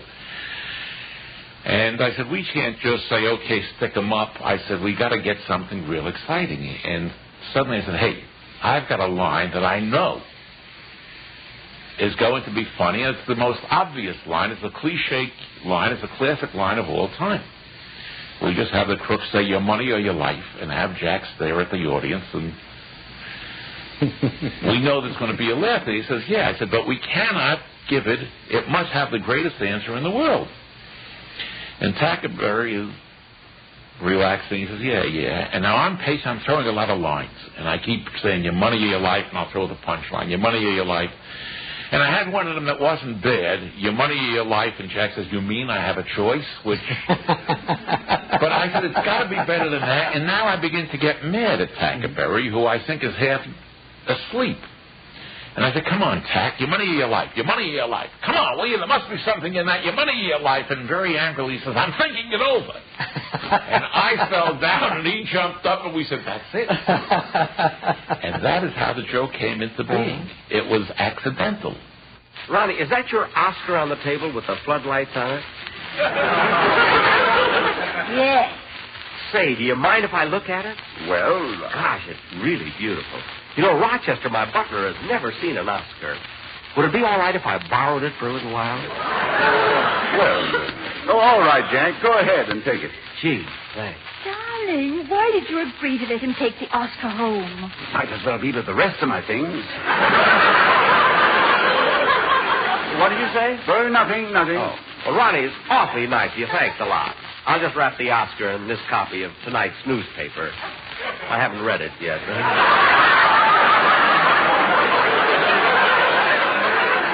There we are. Well, good night. Good night.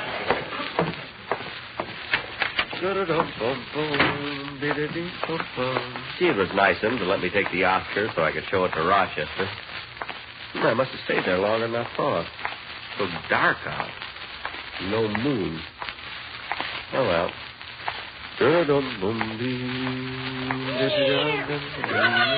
Hello, kitty. Hey, kitty. Darn it, she got away. She'd have made a wonderful A string.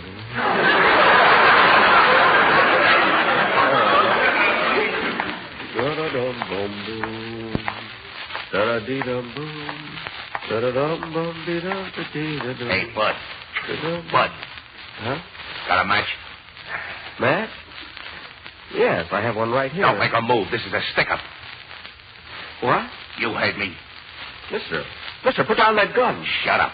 Now, come on. Your money or your life?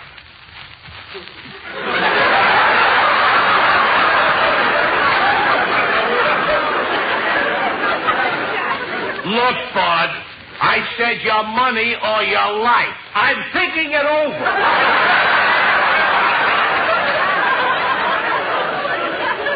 Now, mister. Shut up and give me your wallet. And I'll take that package you're holding, too. No, mister, don't take that package. It isn't mine. It belongs to Ronald Coleman. Shut up. But, mister, please. Hey, this looks like gold. I'll melt it down. But it isn't mine. I have to return it. Pipe down. And lay down on the sidewalk, face down, and count to 100. Look, mister, can't we... Go on.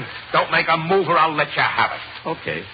Down on your face and start counting. Yes, sir. 1, 2, 3, 4, 5, 6, 7, 8, 9, 10.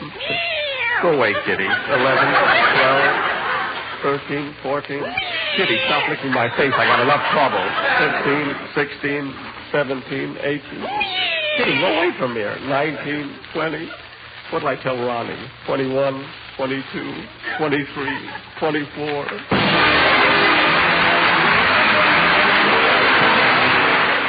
The Money or Your Life joke, which was a very good joke, got a very big laugh and got a lot of publicity because at that time, by coincidence, we had on our show as a guest a radio columnist, John Crosby. Mm-hmm. This goes way back. And the Money or Your Life joke happened on that show, and he kind of fell in love with it, and for quite a while, ever so often, would refer back to that joke, and it got a lot of publicity. So people began to believe that was the biggest laugh Jack ever got. Then Jack corrected that, and the biggest laugh we ever got was at a time when Dorothy Kirsten, the opera singer, was playing Los Angeles, supposedly. I guess she really was. And our cast went down to see her in our story. And the next day when she appeared on our show as a guest, then they got into a conversation that led into a situation that let Mary get this big laugh using only 2 words, 3 words actually. That's all she had. Dorothy Kirsten? You don't mean Dorothy Kirsten of the Metropolitan Opera? Yes, Mr. Benny, and here I am.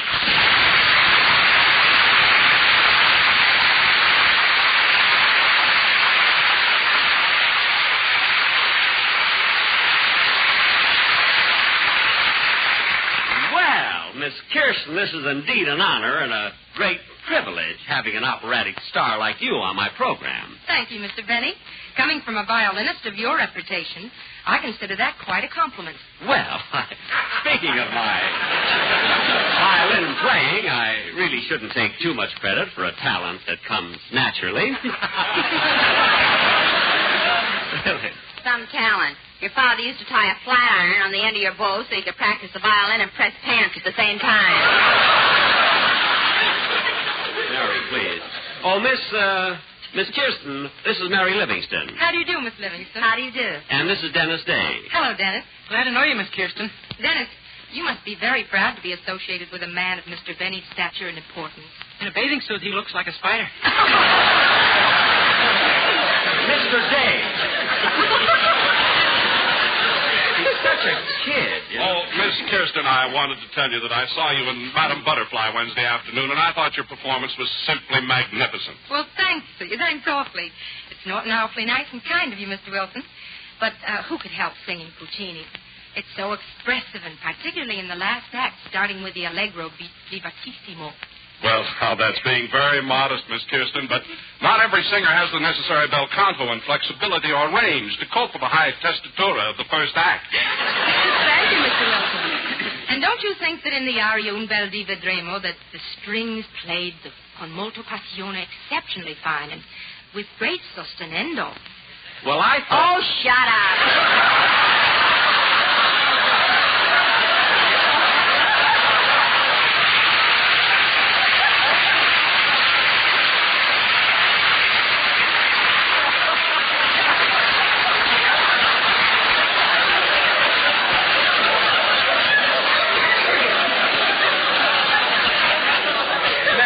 Not cricket.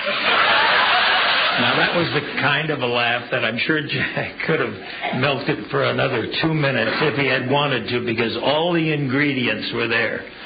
Here he was, this poor man, just dying to get into a musical conversation. And the minute he opened his mouth and just said, well, I thought, and Mary says, oh, shut up. He stood there and he looked at the audience, just kind of pleading for help. In fact, I was only trying to help, but it had everything going for it.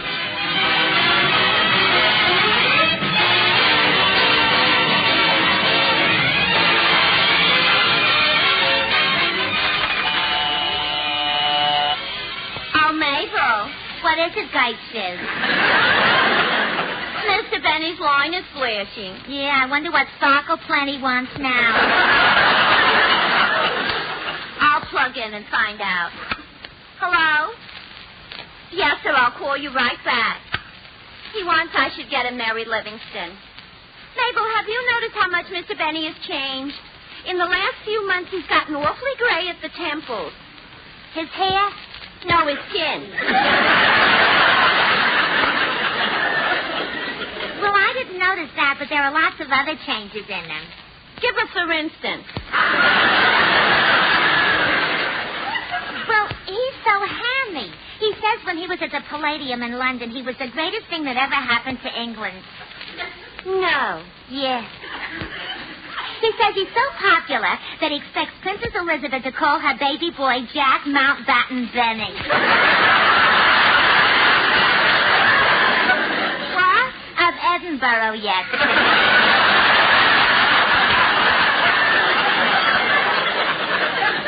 Better pull out your plug. Mr. Benny might be listening. Who cares? I've got a new sweetie pie. Phil Harris's guitar player, Frankie Remley. Why, Gertrude, dear chef. I didn't even know anything was cooking among you two. Oh, yeah. I had a date with Frankie again last night. He drove up on Mulholland Drive, parked the car, gave a big sigh, and then laid his head on my shoulder. My, how romantic. Romantic nothing. He was out cold.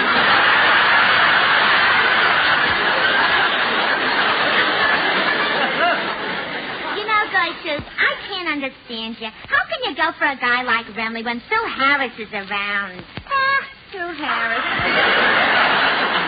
Take away his personality, his smile, and his wavy hair, and what do you got? I don't know, kid, but throw me the leftovers.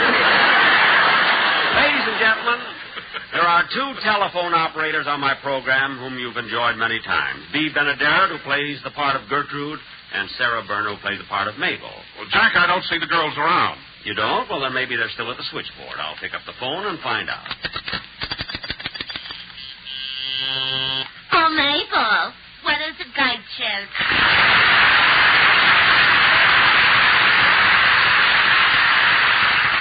Mr. Benny's line is flashing. Yeah, I wonder wonder what Judy Splinters wants now. Shall I answer it and find out? Let him wait. I had a date with him last week to go to the movies, and he kept me waiting for 2 hours. I'd have gotten awfully tired if I wasn't sitting down. Sitting down? Yeah. When Mr. Benny takes you to the movies, he meets you inside. I know what you mean. He's a slick one. Once he took me up on Mulholland Drive, shut off the motor, and then he said, "You know, honey, my back itches. Would you mind rubbing it for me?" So, then he said, "I want to take my shirt off. Would you mind closing your eyes?" All right, so you closed your eyes and rubbed his back. Rubbed his back, nothing. When I got through, I found out I Simonized his car.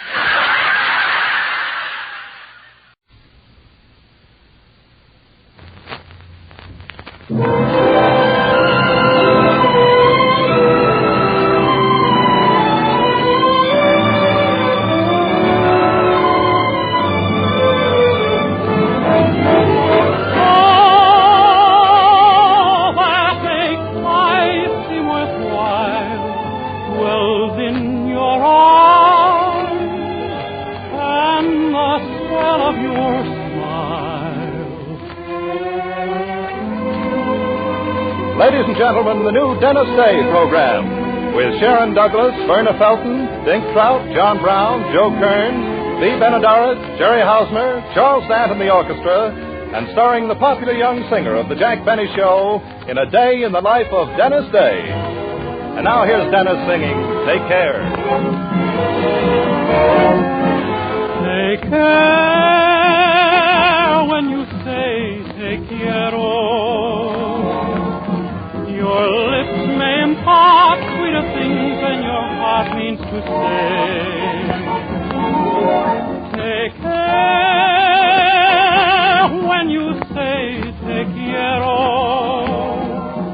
Don't whisper tonight words that fade in the light of the day.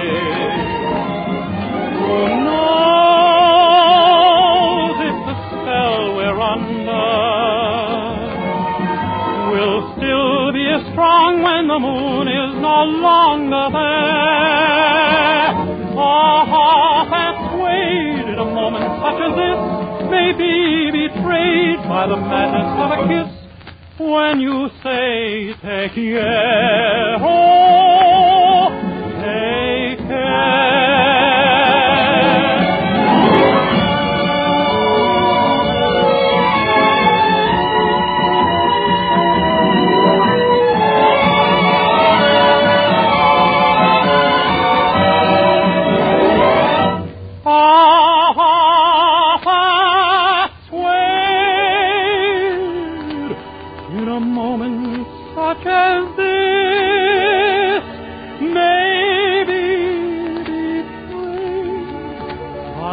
Madness of a kiss. When you say take care, oh, take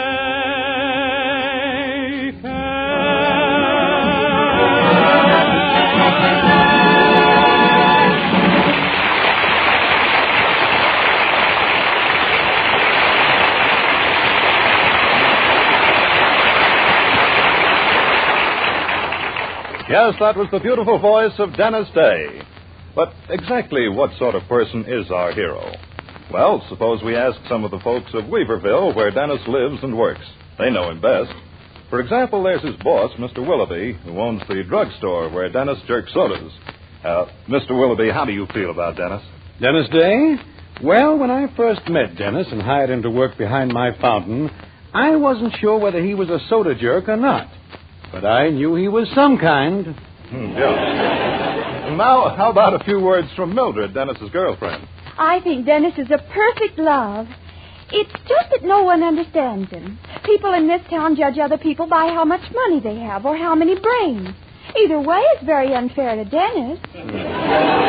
All right, suppose we hear from Mildred's mother now, Mrs. Anderson, who runs the boarding house in which Dennis lives. Dennis Day will never amount to anything. He has no ambition, no gumption, and very little sense. My daughter thinks she's in love with him. but it's only because he reminds her of her father. Well, Mr. Anderson, what do you say to that? Any opinions expressed by me on any subject whatsoever are necessarily those of my wife. Well, how about a fellow boarder at the Anderson Menage?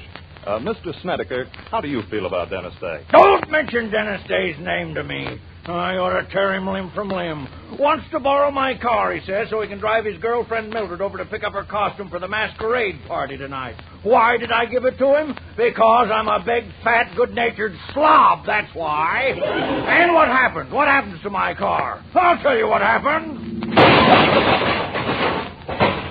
Oh, Dennis! Did you see that? That parked car ran right into me.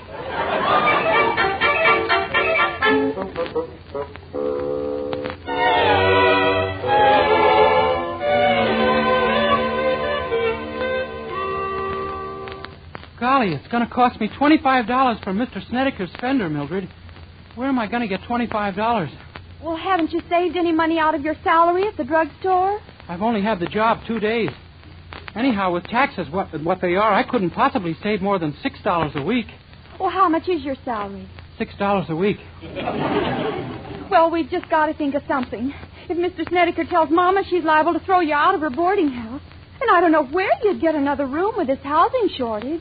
Gee, I'd hate to lose that comfortable room I share with Mr. Appling, Mr. Moore, Mr. Ryan, Mr. Taylor, Mr. Greenberg, Mr. Erickson, Mr. Kerrigan, Mr. Calfleisch, and the Cooper brothers.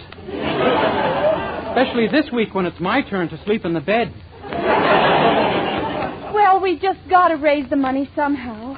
Mr. Snedeker said if he didn't get his $25, he'd murder you. Oh, yeah? I'd just like to see him try it, that's all. What would you do? What could I do? I'd be dead. But the police would do plenty. Dennis, if you don't mind, I'd rather he got his money. Oh, if I could only win the prize at the masquerade tonight. Huh? You know, the silver cup for the most outstanding costume. Oh, we could get $25 for it easily. Oh, gosh, maybe you will win, Mildred. Oh, I haven't a chance. Mama picked out a perfect stinker of a costume for me. Betsy Ross. Now I ask you, Betsy Ross. That does stink a little. Gee, I just finished a book about a girl who'd make a wonderful character at a masquerade. A somewhat different type from Betsy Ross, of course. Oh, what book was that? It was called Forever Amber. Forever Amber? Yes, it's a very absorbing book. It took me months and months to get through it, but I finally finished it. Well, why did it take you so long? I kept going back over it to see if I'd read right.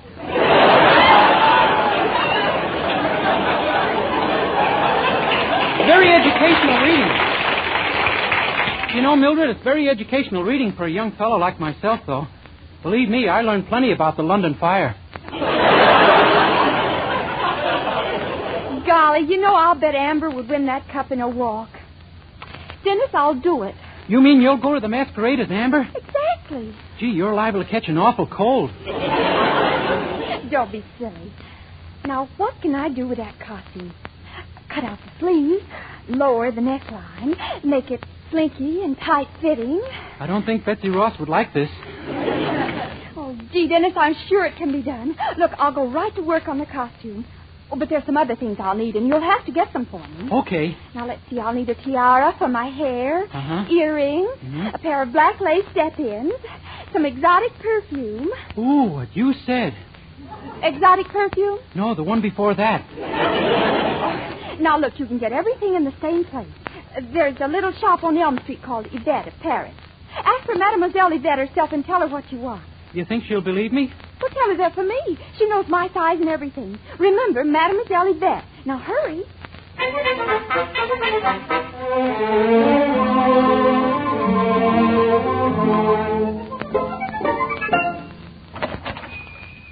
Hello.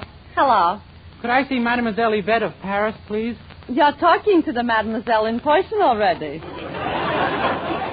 You're Mademoiselle Yvette? But oui. Something I could do for the monsieur yet. Gee, you have the most peculiar accent. What part of France are you from? French, he says.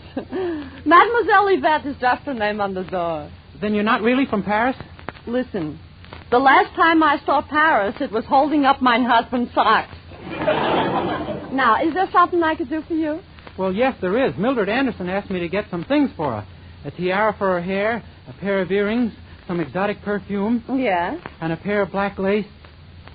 Black lace? What's the matter, you bashful? Yeah. You mean a pair of these? Oh, put him down! Put him down!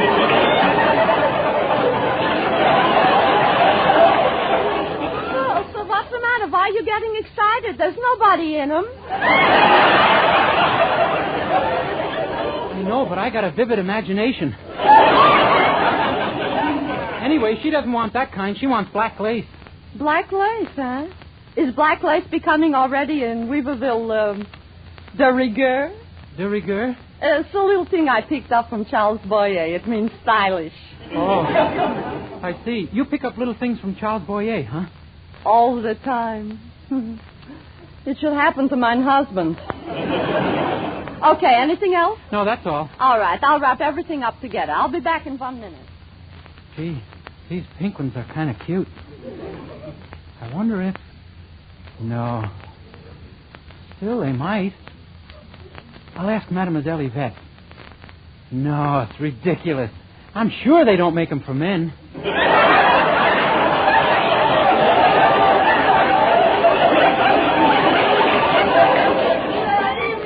That'll be $11.50. $11 and... Oh, my goodness. I'm afraid you'll have to charge it. Charge it? Who to? Why, to Mrs. Anderson, Mildred's mother. She's a customer of yours, isn't she? Yeah. I guess it'll be all right. Here. Oh, thank you. Goodbye. Goodbye. I wonder.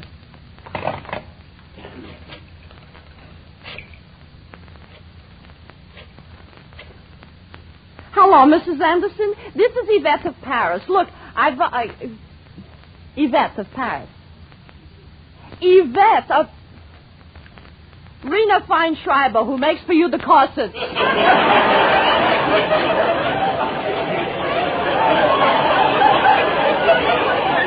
Look, a young man was just here who bought for your daughter some very fancy schmancy underwear. And I was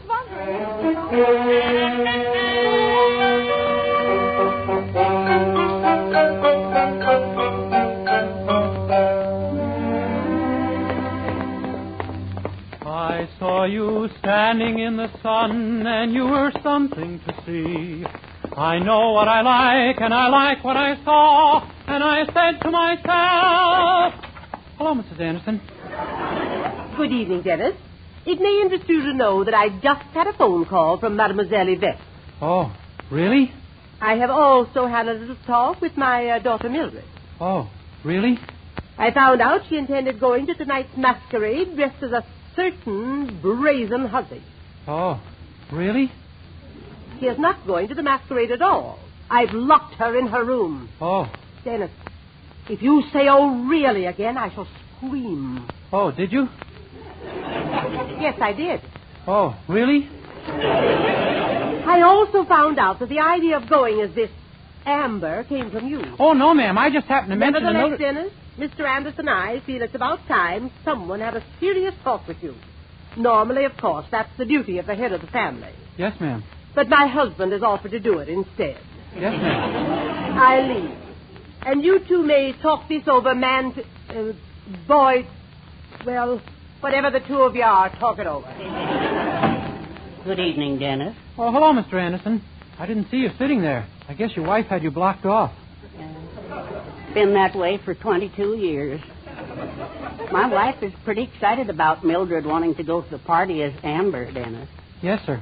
Mrs. Anderson never let me read Forever Amber. She said it was no book for a man with funny ideas in his head. Oh, have you got funny ideas in your head? No, but she said I would have if I read it. That's silly. I read it, and I haven't got any idea of any kind in my head. You know, this Amber, Dennis, what sort of a girl is she? Oh, you know, companionable, good mixer, makes friends easily. Yes, I understand she's quite friendly. Oh, well. Yes, sir. But we certainly don't want Mildred pretending she's such a character, even for a masquerade, do we, Dennis? No, sir. We want Mildred to grow up the kind of a woman that her mother is, don't we? No, sir. I say we want Mildred to grow up the kind of a woman her mother is, don't we? No, sir. You know...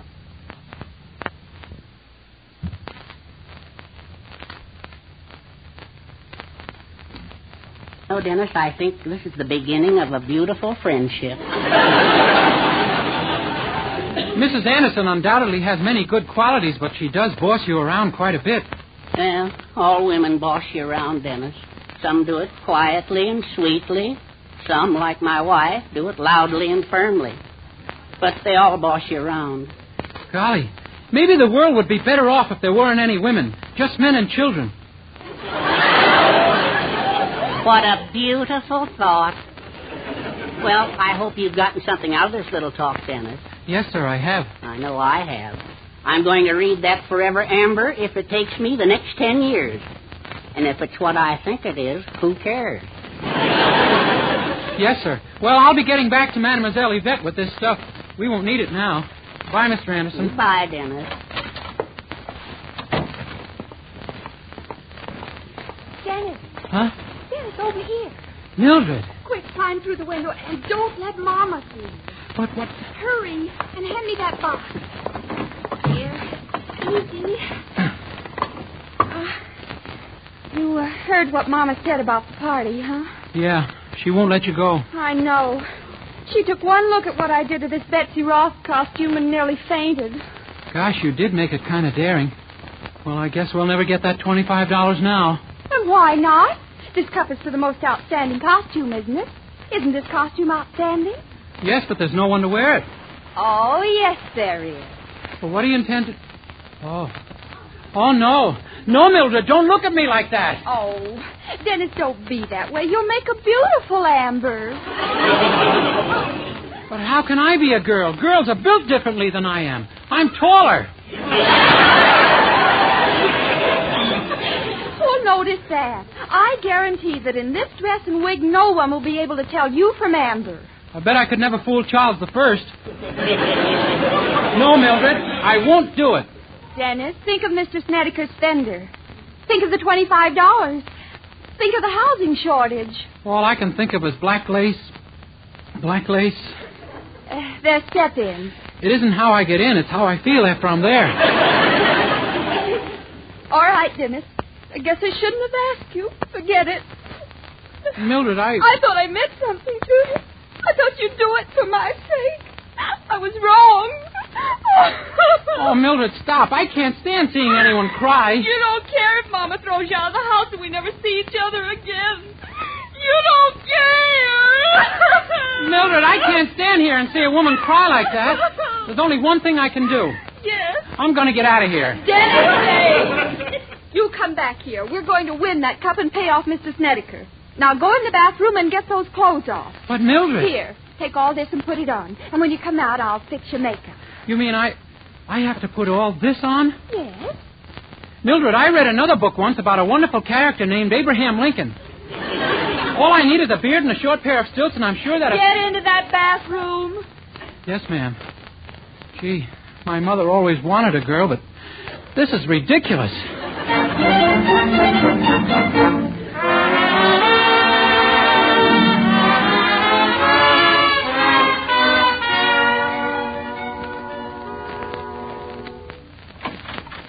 Well, I finally got the costume on, Mildred. How do I look? Well, let's see. It's not too bad, except you're a little lumpy in the wrong places. Walk toward me and slink like Amber. I'm afraid to. This dress is too tight. One slink and I'm slunk. Well, it is tight. Didn't you put on that girdle I gave you? No. Why not? I couldn't get it over my head. Oh, Dennis, they don't go over your head. Don't you know how to put on a girdle? I'm afraid not. I've spent most of my life as a boy. But what on earth makes you look so lumpy from your hips down? Oh, that's my long underwear. You didn't take that off? You think I want to catch cold? There's a terrible draft through this thing. Dennis, you didn't have to keep your flannels on. I gave you those black lace step-ins to wear. I know, but I stepped into them wrong. They're black lace kilts now. Well, still now. I'm going to put on your makeup. Okay. First, a little mascara. There we are. Now, some powder. Hey! Watch where you put that stuff. You're supposed to keep your mouth closed. Golly, if men were girls, we'd never bother with all this stuff. If men were girls, we wouldn't either. Now, look, Dennis, hold still while I put on your lipstick, and we're all set. There we are. How am I? Why, Dennis, you're absolutely ravishing. Honestly, you're gorgeous. Gee, really? Just go over and take a look in that mirror. Okay. Pardon me, miss. Would you mind stepping aside? Oh, that's me. Of course it is. Well? Gee, I am kind of desirable. Oh, Dennis, I just know you're going to win that prize. Oh, now, look, we haven't much time. Here's the keys to my father's car. Slip out the window the same way you got in. You'll have to boost me up. I don't dare bend over in this dress. All right. Oh, I do hope you win, Dennis. There. And please, please be careful of Daddy's car. I will, Mildred. Gee, I did look like an awfully cute girl in that mirror. Not my type, of course, but some men like them. Oh, golly, here comes the man. Here's my chance to find out how I look. I'll drop my handkerchief and see what happens. Oh, pardon me. Did you drop this handkerchief? Why, yes. How careless of me. Well, here you are. Oh, thank you, sir. You're really too kind. Oh, that's okay. Oh, say, by the way. Yes? You got a match, buddy?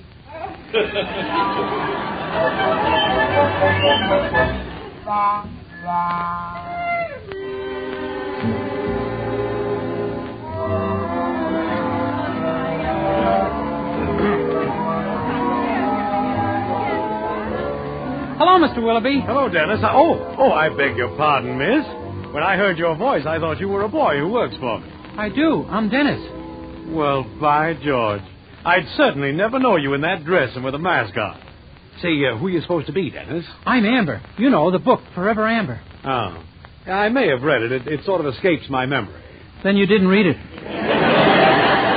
Say, Mr. Willoughby, when do the judges judge the costumes? It's 10 o'clock, and I got to get out of here before I get that 5 o'clock shadow. Huh? Twice. Oh. Well, the man who's judging the costumes hasn't arrived yet, and by George, I wish he'd get here. If he... There's someone coming in the door now, Mr. Willoughby. Oh, yes, good, that's him, and high time, too. Oh, my goodness. Something wrong, Dennis? The judge of the costumes. It's Mr. Snedeker. That's right, he's coming over here now. Mr. Willoughby, I can't stay here. If he sees me, he'll punch me right in my mascara. He won't recognize you in that outfit any more than I did. But my voice... I'll tell him you're a foreigner. Speak to him in Spanish. I don't know a word in Spanish. Neither does he. You're perfectly safe. Oh, Mr. Snedeker, right over here, please. Oh, sorry to be late, Willoughby. That imbecile who works for you wrecked my car, and I had a devil of a time getting a taxi. If I ever get my hands on that young, Oh, I beg your pardon. What have we here? Uh-oh. Mr. Snedeker, may I present Senorita Lolita Del Rio? The senorita just got here from Chile. Well, I'm delighted, senorita. Delighted. Hacienda, senor. Well, now, if you two will excuse me, I have a great many things to attend to. Oh, no, don't leave us, Senor Willoughby. I'm afraid I must. Adios. But, Senor Willoughby... Oh, let him go. Much cozier with just the two of us. Senorita. Oh, tico, senor. Well, so you're from Chile. You don't look very chilly to me.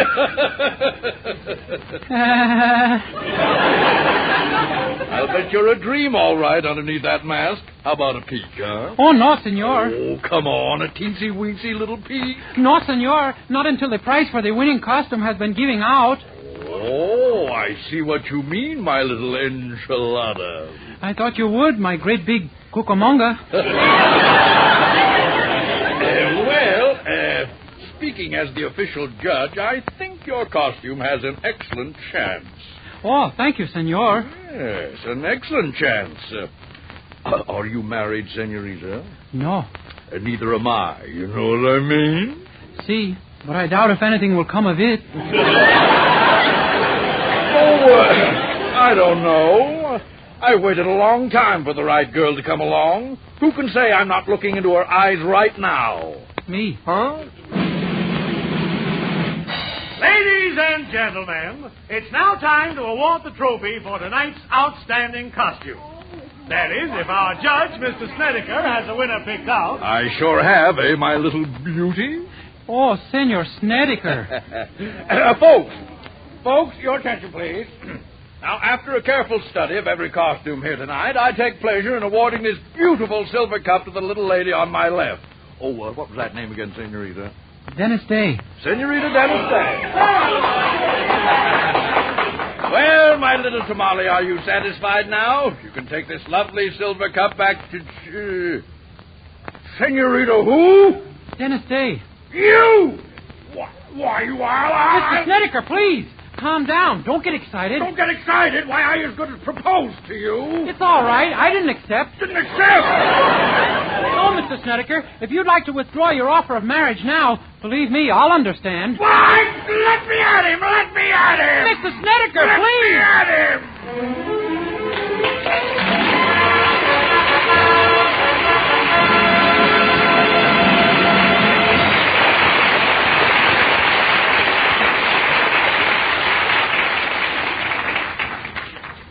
Dennis Day returns to sing the beautiful ballad, All Through the Day.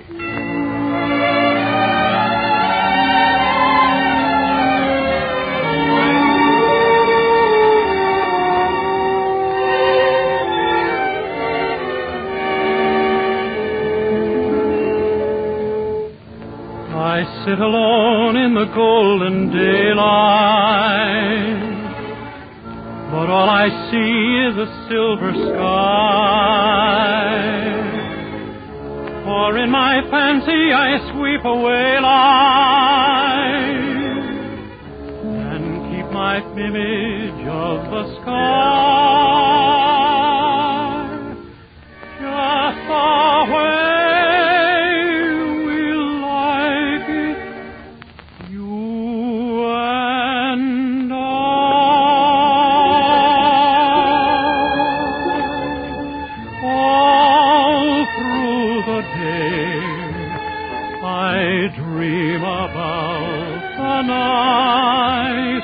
I dream about the night here with you. All through the day I wish away the time until the time when I'm here with you.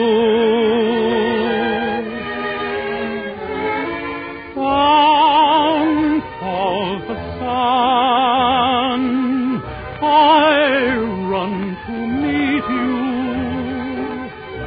The evening mist melts away.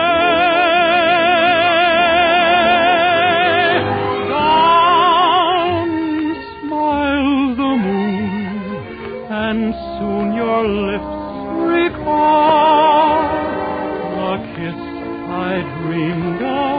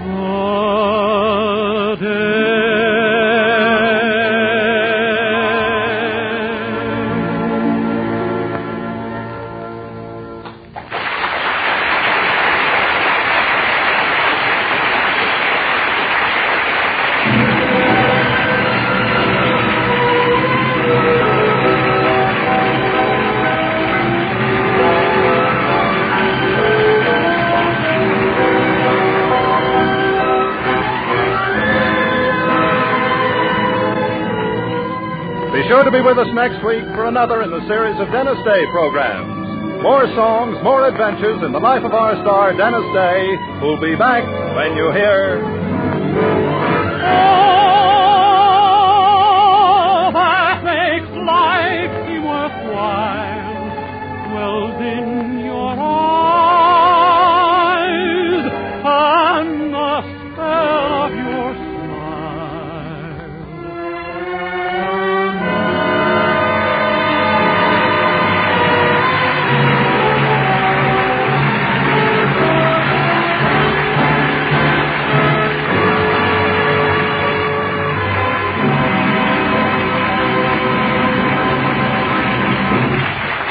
Chip Corning speaking. This is the Columbia Broadcasting System.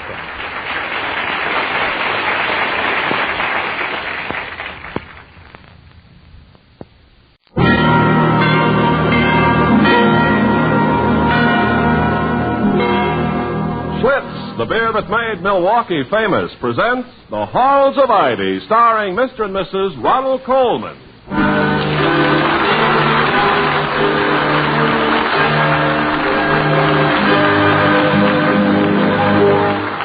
Good evening, this is Ronald Coleman. And Bonita Coleman. Inviting you to join us again on the campus of Ivy College as the guests of our sponsors, the brewers of Schlitz Beer. The taste of Schlitz, the taste so many people prefer, has made Schlitz Beer first in sales in the USA.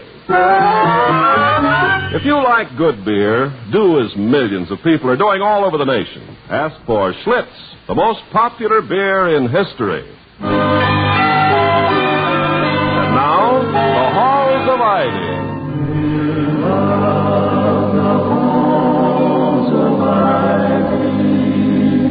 That surround us here today.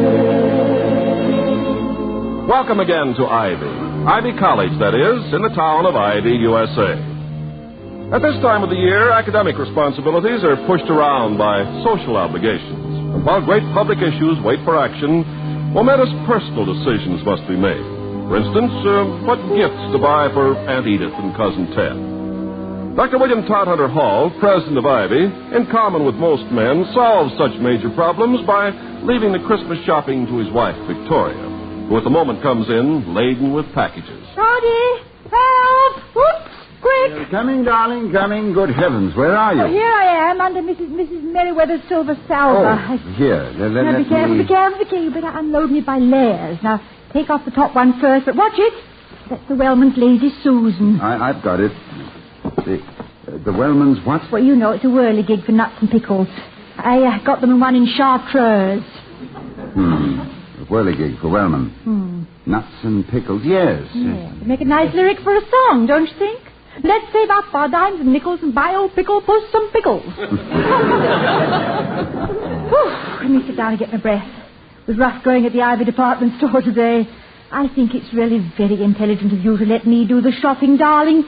A mere man could never survive it. Yes, but just a few days ago, I did venture forth on a secret mission. Oh, Toddy, something for me? In an unguarded moment, I was swept into the whirlpool of shoppers, only to find that every woman in sight seemed to think I was the same size as her husband. What? Would you mind trying this hat on? He has a head like yours. And hold this shirt up a moment, please. I think you're about the same across the shoulders. Oh, darling. I began to feel my identity slipping, being so many women's husbands. Well, being what so many women would like their husbands to be. Did you find what you were looking for? Well, I found a charming little porcelain figurine of an Arcadian shepherdess, which I thought you'd like. For my dressing table, yes. But why did you tell me? Because it turned out to be a receptacle for used razor blades. Vicky, I deplore the current trend toward gadgetry and gimcrackery.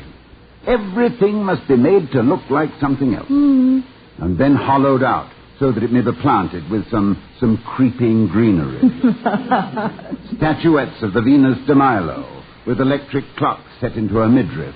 The graceful spinning wheels of our grandmothers, tortured into magazine racks. French dolls into telephones. And lamps. Is there any conceivable piece of household junk to which some demented decorator will not attach a plaster base, a frilly shade? Well, a doorbell is still a doorbell, Toddy. And Louisa, who is still Louisa, will answer it. That is probably just as well. I would have aroused myself to such a pitch of violence that I might have had the neighbors coming to your rescue. I would like to speak to Dr. Hall. Why, Professor Heaslip, come in. Greetings, Skipper. Good afternoon, fair lady. Hello, Professor. I see the bounteous spirit of Christmastide has placed its tinsel fingers on the presidential hearth. That's one way of putting it. I beg your pardon, fair lady. You haven't been to see us for some time, Professor. I hope that this is just a social visit and does not portend that evil has fallen upon the English department. Skipper, I am happy to report that there is never anything portentous about my English department. As I like to tell my students in a moment of gaiety, be kind to English. Remember, it's your mother tongue. That is very funny. Oh, it was nothing, fair lady. Well, now that we've dispensed with the pleasantries, may I come directly to the subject of my visit? Well, of course. A very delicate problem, Skipper. What do you propose to do about the old man? Well, if you're speaking of Santa Claus, I shall do nothing about him except admire his stamina and wish him well. I feel it my duty to inform you, Skipper, that Lucien Royce has come back. Lucien Royce? Here at Ivy? Why, that's splendid news. What, Professor Royce? Well, of course. Didn't you study under him here at Ivy? Yes, he was one of Professor Heaslip's predecessors as head of the English department. Retired from Ivy about, 15 years ago and went to live in the south of France. I haven't heard from him since the war. I just assumed that he must be nearly 80 now. Ah, yes, a sad spectacle, Skipper. Poor old man and his dotage, without purpose, helpless, and probably penniless. I'm very sorry to hear this, Professor. Have you spoken to him? Alas, yes. He just stared at me without recognition. I shudder to think of his being exposed to the mockery of those who didn't know him in his flowering, such as you and I, Skipper. For such cases, there are comfortable rest homes, you know. Yes, and there are uncomfortable suggestions. Do you know where he is living? Ah, me. Poor old fellow seems to be living on a bench in front of Emerson Hall, just nodding and smiling and offering bits of candy to the students. Anyway, that is where he was when I passed by there just now. I see. But before we dispose of Professor Royce, the least we might do is to welcome him back to Ivy. Well, you're the skipper. It's your ship. However, I should be on guard lest sentiment overrule sound judgment in the matter. Oh, dear me, look at the time. I'm overdue at semantics. Good day, fair lady. Good day. Goodbye, Professor Heaslip. Now, why is he being so awful about Professor Royce? Well, because Heaslip, for all his false-heartedness, is an insecure man. He's terribly afraid that Professor Royce may overshadow him, as well he might. Royce is, and will be at any age, a great human being. His mind reaches out to you, and you become his with a willing affection. And all Heaslip was interested in was getting him out of the way. Ship him off to a home for the aged. Not while we have a spare bedroom. Good for you, my darling. Exactly the way I feel. I'm far into Professor Royce's debt, and if he would permit me to repay it in shelter and encouragement, I would be most happy. I wonder how close Heaslip was to the real truth. I think I shall go and see. Well, let me go with you, Toddy. He must be a fine man, and you know something? You've spoiled me for the other kind.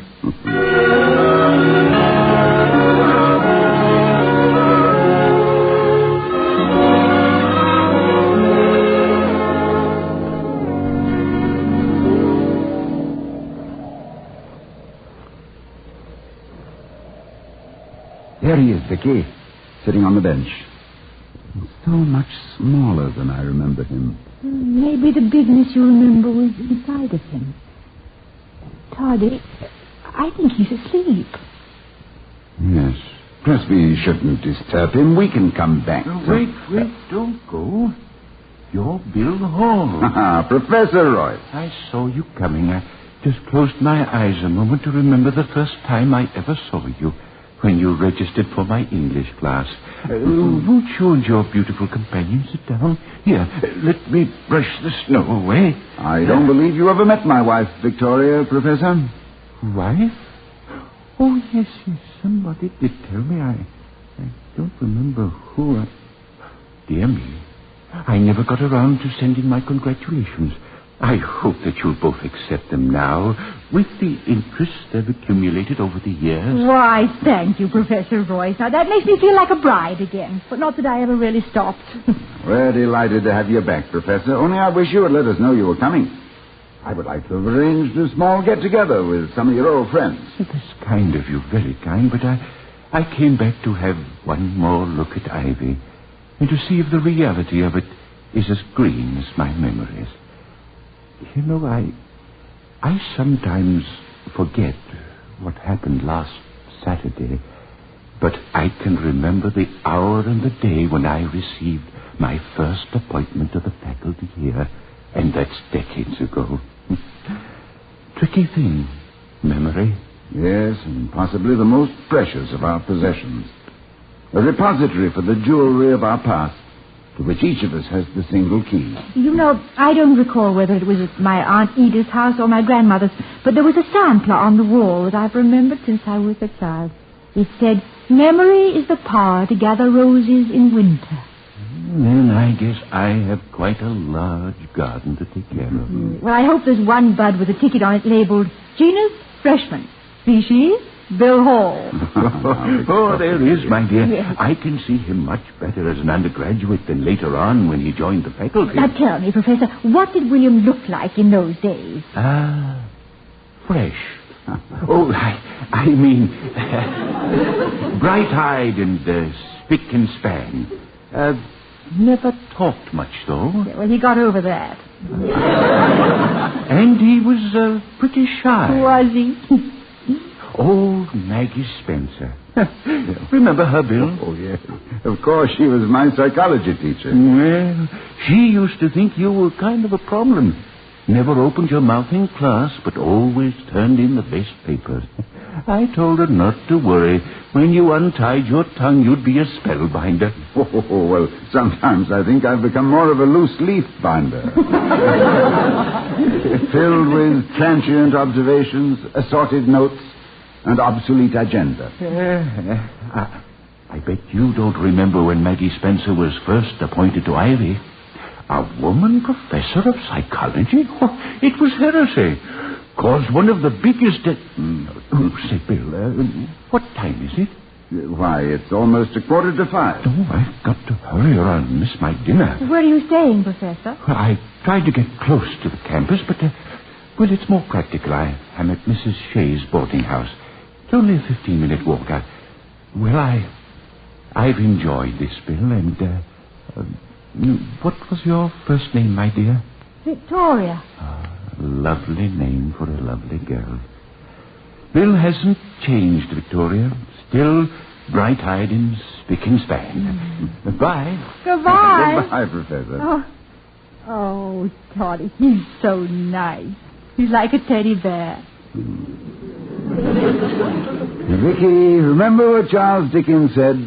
Father Time is not always a hard parent, and though he tarries for none of his children, often lays his hand lightly on those who have used him well.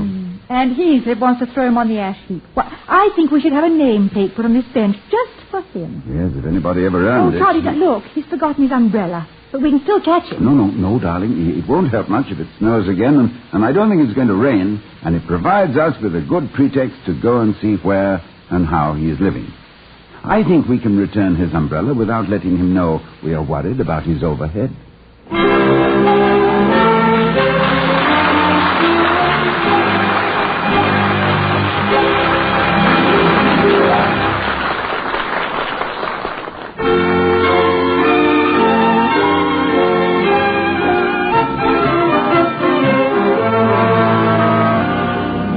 Many years here at Ivy, I've come to the conclusion that professors are not all absent-minded. Some of them quite the contrary, like Professor Reynolds, Dean of the Law School, for example. Yesterday evening, I was hurrying around the corner of Emerson Hall when I bumped into the Dean. I'm sorry. Hello, Dean Reynolds. Hello, Ken. I hope you're not badly bruised. Oh, not a bit, Dean. I should have been looking where I was going. Well, so should I.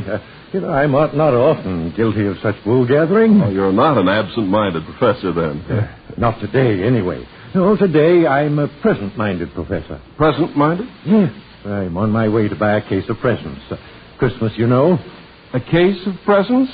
Do I dare hope? You do.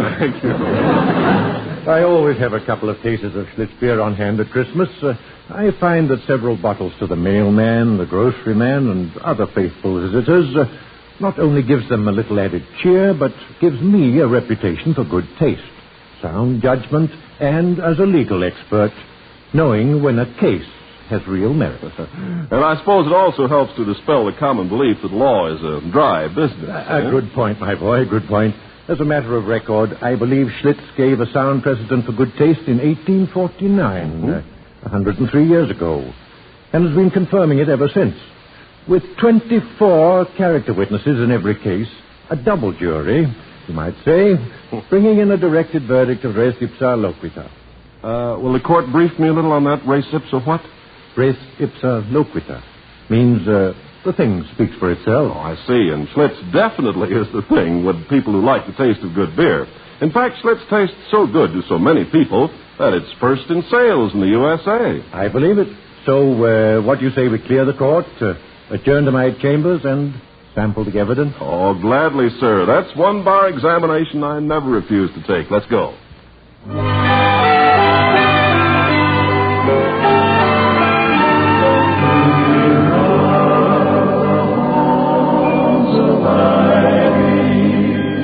That surround us here today. And now to return to Ivy. It's the next day, and when Victoria Hall opens the door to Dr. Hall's study, she discovers an unexpected visitor. Why, Mr. Merriweather, I didn't know you were here. Miss Tate let me in, but up until this minute I didn't know why I came. But now that you're present, ma'am, I have the best of all reasons for being here. Oh, Mr. Merriweather, you should be put up in bottles and given to all women to be taken once a day as a tonic. Well, thank you, but I don't think my 1/16th Indian blood entitles me to be a medicine man. Say, do you know what your esteemed spouse wants to see me about? Said to get over here on the double. My words, not his. Not that I care, mind you. Any day that I can beat him to his own home and have a few cherished words with you is the day my caddy gets a $5 tip and never knows why. I haven't the slightest idea, Mr. Merriweather. This was one of his mysterious mornings.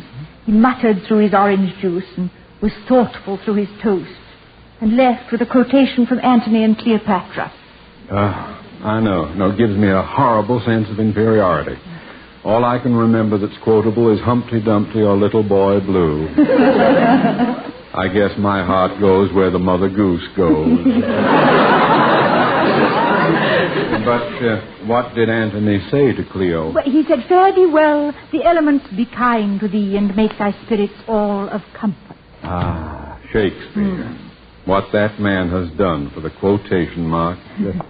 Well, hello, Bill. Ah, Mr. Merriweather, Vicky. Hello, darling. How are the elements? Kind to thee? You didn't have to rush, you know.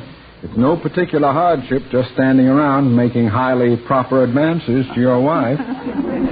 Charles, if you did not admire my wife, I would begin to suspect your mental health. But I need your well-established sanity at the Board of Governors meeting this afternoon. I have a project in mind, and I've already won the reluctant approval of Mr. Maypole, our librarian. Well, that's where you've been all the morning, the library, huh? Yes, on behalf of Professor Royce. Royce? Royce? Well, that's right. Somebody did mention seeing old Royce wandering around the campus. He did a lot for this college in his day. Is it true he's back? Yes, he is. And while I know he'd resist any charitable gesture, I think he would look with favor upon the project I have in mind. Now, Charles, if you and I can swing it with the Board of Governors, then, Vicky, you and I can return the professor's umbrella this afternoon. Well, we'll each carry one end of it. And, Bill, don't worry about the Board of Governors. Clarence Wellman will be the opposition. naturally, as long as this is a humanitarian project. But we'll take care of him.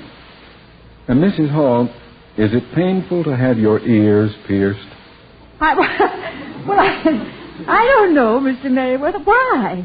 Well, when you think how often we have to pin Clarence's ears back, you'd think he'd make it easy for himself.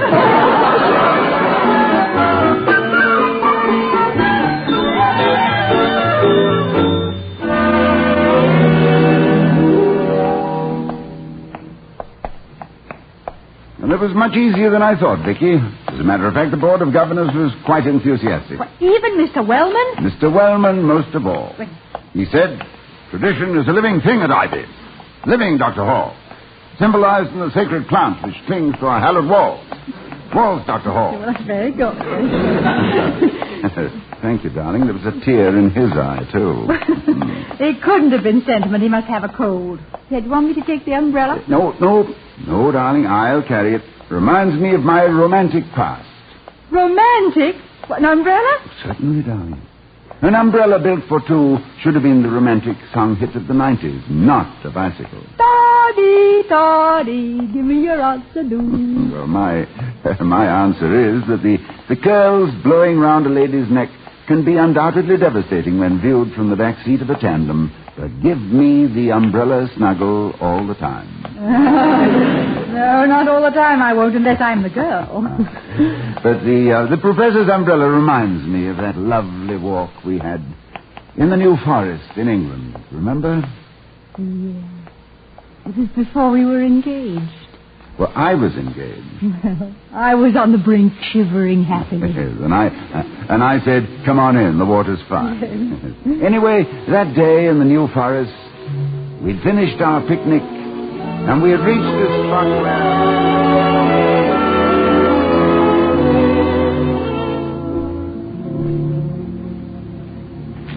We'd better hurry, William. It looks like rain, and we've only one umbrella. And, but you had one, too, when we met this morning at Waterloo Station. Where did it go? When I left you to get the tickets, darling, I saw an old lady without an umbrella. So I said, ma'am, it's going to rain. Take this. And she said, thank you, young man, but what about you? So I said, madam, we have one. That is all we need. Oh, William, now that was sweet and thoughtful. Oh, dear, no. It was selfish, scheming, and conniving. And I've been praying for rain ever since. Oh, well, don't give up, darling. I'll never give up. But, where are we? Lost, I think, in the New Forest. Wonderful. Nothing in sight but the greenwood, beech and oak, gorse and bracken, Robin Hood and his merry men. No, that was Sherwood Forest. Oh, yes. But this one casts a spell, too, doesn't it? And it hasn't changed at all since the days of William the Conqueror, when he made it all a game preserve. Good old Bill. Preserving it all these years just for you and me. From William to William, with fondest regards. And take good care of Victoria. Oh, I'm sure he had us in mind all the time. But you know, some very frightening things have happened here. William Rufus was killed here. He was shot by an arrow. Those ill-fated Williams. Destined to be pierced with arrows. And now, history repeats. Here is William Hall, mortally stricken with one of Cupid's sharpest darts. Mortally? Yes. I shall never recover, darling. Victoria. Stop a moment and listen. Not a sound. What these old woods have seen and heard. What secrets the trees must whisper to each other. And I have one more secret for them. You just pretend I'm an oak tree and tell me, too. Very well. I love Victoria. And that's the first time I ever kissed an oak tree. Oh, you know, each time I come here, William, I love it more. But never more than this time. Victoria. The New Forest, where love and history hold hands. haunted with memories. If we listen carefully, we may hear the horn of a huntsman, the whistle of an arrow. Or the cry of a falcon. Listen. Oh, what's that?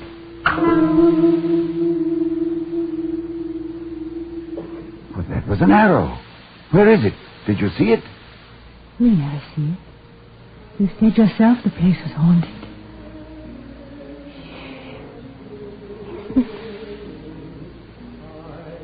Someone singing. A lost troubadour, do you suppose? Oh, it may be.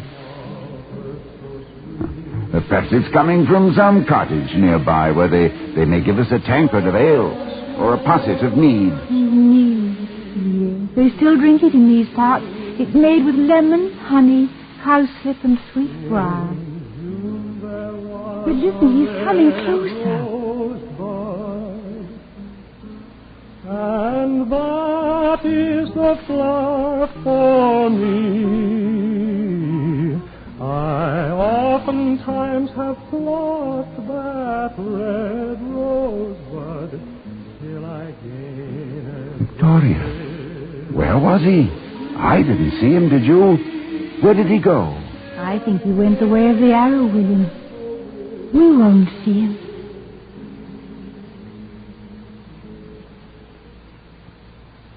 Oh, what wonderful things happen to you and me.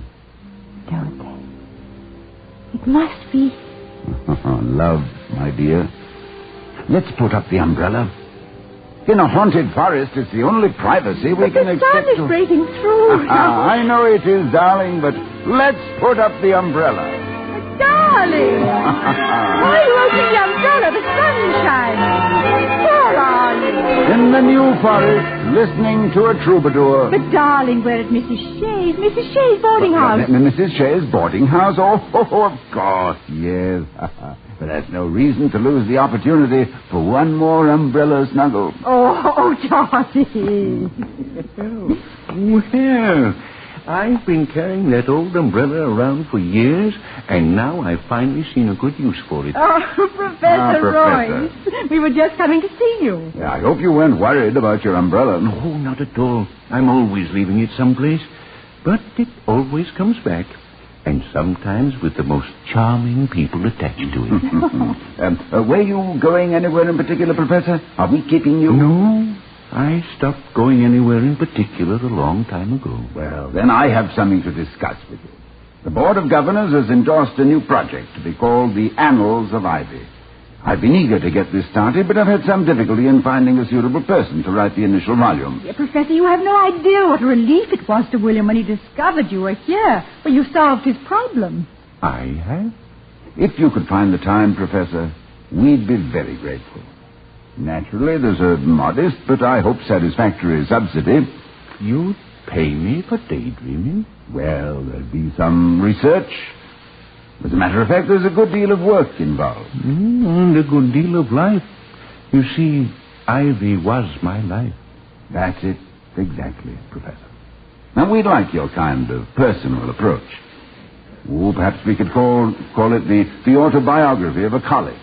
And the first volumes could be Birth, Childhood, and Youth of Ivy. And we could... But let's discuss it over dinner. Have you dined yet? Well, no, I haven't. Well, then why don't you join us? We'll find a quiet place in town, somewhere where we can... I know. Mrs. Dodds. Oh, Lady Dodd. We used to say, dine and die at Dodd's. Poor Mrs. Dodd, we gave her a bad time. Oh, yes, Bill, yes, thank you very much. I'd be delighted. Oh, wait a minute, Professor. You've forgotten your umbrella again. No, I didn't forget it.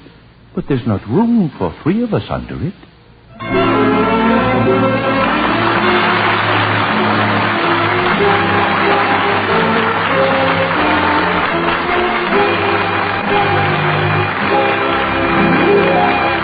The Halls of Ivy, starring Mr. and Mrs. Ronald Coleman, has been presented by Schlitz, the beer that made Milwaukee famous. The taste of Schlitz, the taste so many people prefer, has made Schlitz beer first in sales in the USA. Why don't you, too, enjoy the most popular beer in history? Next time, every time, ask for Schlitz beer. Now, here again are Mr. and Mrs. Ronald Coleman. Good night, everybody. Good night from all of us. And from our sponsor, the Joseph Schlitz Brewing Company of Milwaukee, Wisconsin, and its thousands of friendly dealers throughout the nation. Good night.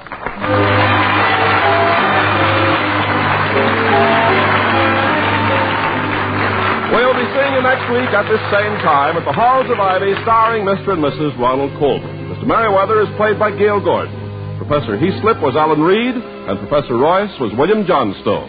Tonight's script was written by Barbara and Milton Merlin and Don Quinn. Music was composed and conducted by Henry Russell. The Halls of Ivy was created by Don Quinn, directed by Milton Merlin, and presented by the Joseph Schlitz Brewing Company of Milwaukee, Wisconsin, who invite you to enjoy on television the Schlitz Playhouse of Stars with Helen Hayes, Margaret Sullivan, Ronald Reagan, and more of the brightest names of Hollywood and Broadway. See your newspaper for time and channel. Ken Carpenter speaking. Oh, we love the halls of ivy that surround us here today, and we will not forget though we be far, far away. To the halls of ivy, every voice will bid farewell, and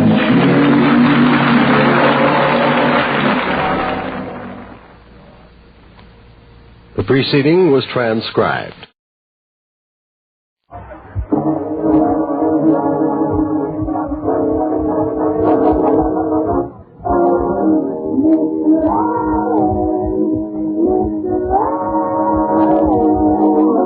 It isn't Jack Eigen at the Copa City.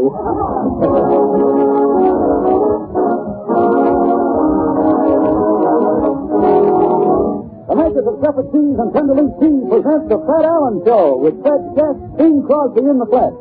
Orphan Hopper, Minerva Pius, Peter Donald, Parker Fenley, the DeMarco sisters, Al Goodman and his orchestra, and this voice is coming from Kenny Delmar.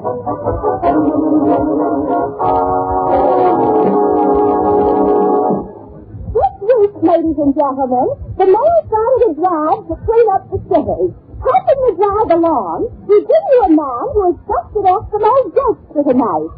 And here he is, Fred Allen.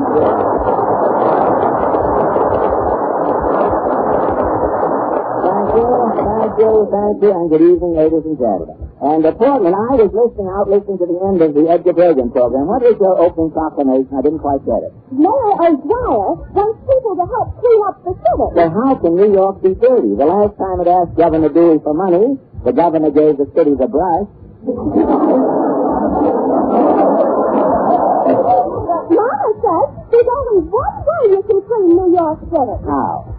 With Broom Street uptown. This Broom Street uptown? That's very good. I thought so. Well, that makes two of us, but what a weird I wish that little boy would start laughing again. He showed some promise during your announcement there, but he died out quickly. Well, tell me what's new this week, Portland? Oh, it's always they close. How can you close an island? There's no door on an island. The Republicans can do anything. But if they close Ellis Island, what will the immigrants do? They'll have to tread water when they get their first cases. Are there any other items? Yes. The Inventors Exposition is opening in Chicago. Oh, good. What are the new inventions this year? They have a book with blank pages. Blank pages? So you don't have to... Hey, wait a minute. The little boy's tired.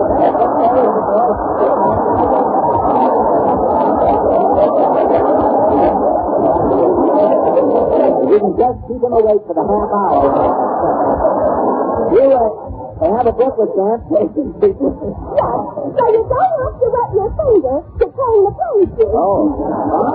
They have a sunlamp with a built-in cloud. A sunlamp with a built-in cloud? When you turn enough sun, the cloud goes by so you won't get burned. Say, those are some inventions.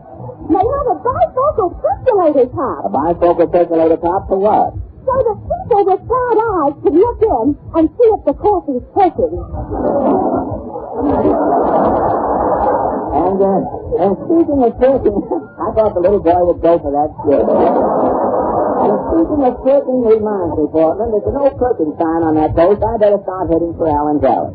What is your question tonight? Well, during the past week, the Pulitzer Awards were made for outstanding contributions to journalism and literature. And so our question this evening is, are you satisfied with the Pulitzer Prize Awards this year? Shall we go? As the lady said when the little boy asked, what are those bars across the window? Lattice.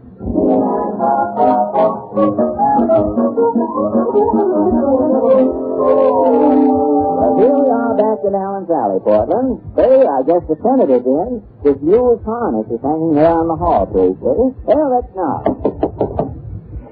Somebody mowed my molding. Yes, I'm going to in, Senator Crosby. Come on there. Look, Senator. No, I'm all in. My head feels like a basketball somebody's betting on. But wait a minute. That congressman from Michigan is right. There's too many dinners and parties going on in Washington. That's what that PC in Washington stands for. Drinking cocktails. That's the congressman's right. During the day, he's passing laws. During the night, he's passing out. And then I can't even hold the floor. I can't even get up off it. Wait a minute. I hate to interrupt, Senator, during this news and dispatch here, but tell me, are you happy with the Pulitzer Award? All except the history award. Yes? We had the history winner in the South. Really? Dorsey Culpepper, the author of Should the Possum Vote? Oh, a bestseller for me? Away with Alligator. Yeah. My 4 years with Royce. Dorsey Culpepper wrote the only complete history of America from the landing of Columbus to the outbreak of the Civil War. Only up to the Civil War? Well, how can that history be complete? Everything that's been written in history books since the Civil War is nothing but Yankee propaganda. Go on.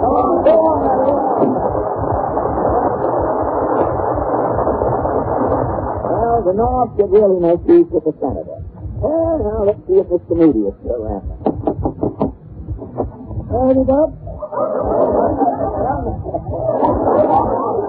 Tell me, Mr. Moody, how do you feel about the Pulitzer Prize Award?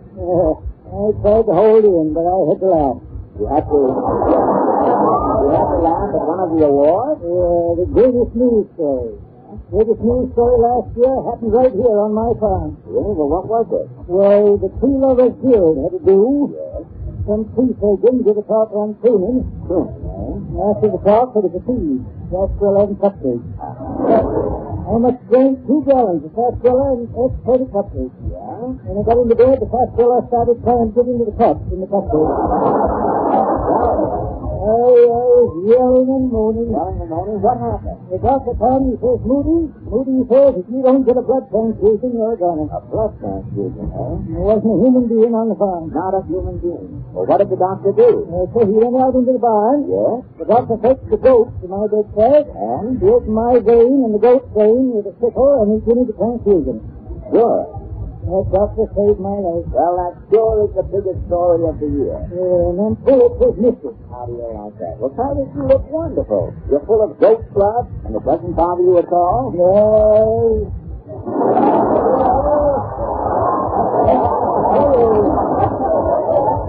It bothers me only one way. And what is that? Don't bend over.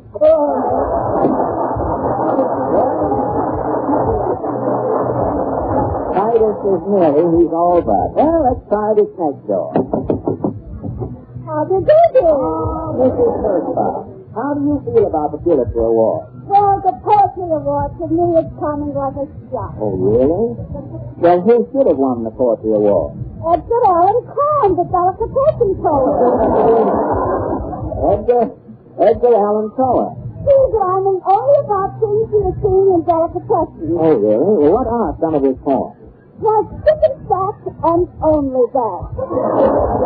Yes? Little pickle, how come you are fickle? A herring once had a wonderful dream. He was keeping Lindy in sour cream. Bravo. Tell me, which form of Edgar Allan Poe do you think should have won the Pulitzer Prize? Hello, little seed inside a plume. Oh, that's a poem? Well, how does it go? Hello, little seed inside a plume. What's new in there? What is new? Is it morning, light, or noon? Little seed inside the throne. Why, little seed inside the throne? Hiding in your black cocoon, it could be April, May, or June. What care you, little seed in a throne? Look at you, little seed in a throne. Sense of the world and its rock and roll. To you, I say, it would be a boon if man was a seed inside the throne.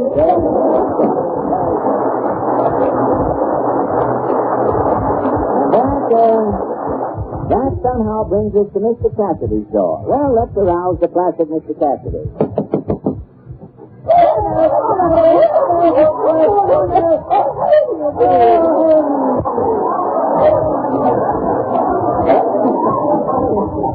Tell me, Mr. Cassidy, how are you this glorious evening? Oh, terrible. I can't sleep. I'm always dreaming. Dreaming, eh? Oh, last night I dreamed I was a tiddly. I didn't get a wink all night. Hey, Jack, you are a problem. That's not how before. Now, tell me, Mr. Cassidy, what was your reaction to these Pulitzer Awards? I was amazed when the advisory committee found no dramatic play worthy of the Pulitzer Prize. Well, what play do you think should have won it? Mrs. McGee and the Muppets. Oh, well, the play was presented by Orson Monaghan and the Glockamora Theatre Guild. The play was Mrs. McGee and the Muffins? Oh, the puppeted heartstrings to the front of the foot is all baggy. It's dramatic, eh? Oh, my goodness, dramatic. There's a curtain rises. There's 7 dead bodies on the floor. When Mrs. McGee enters with the muffins and food, the curtain comes down to the end of that walk. Yeah. Sobbing and crying, the entire audience steps next door into Perkins. And there, with a round of drinks, they fortify themselves for the second act. And after the intermission? In the second act, Mr. McGee falls off the mantelpiece, and he kills 3 children who are playing leapfrog on the linoleum. Mrs. McGee picks up their muffins. Yeah. The curtain comes down. Moaning and wailing, the audience goes back into Perkins, but round their corner. Well, how long does this go on? Oh, there's 7 acts in the play. And every intermission, the audience goes back into Perkins? In a body. Why, the audience spends more time in Perkins Saloon than it does in the theater. And who do you think produced the play? Who? Perkins.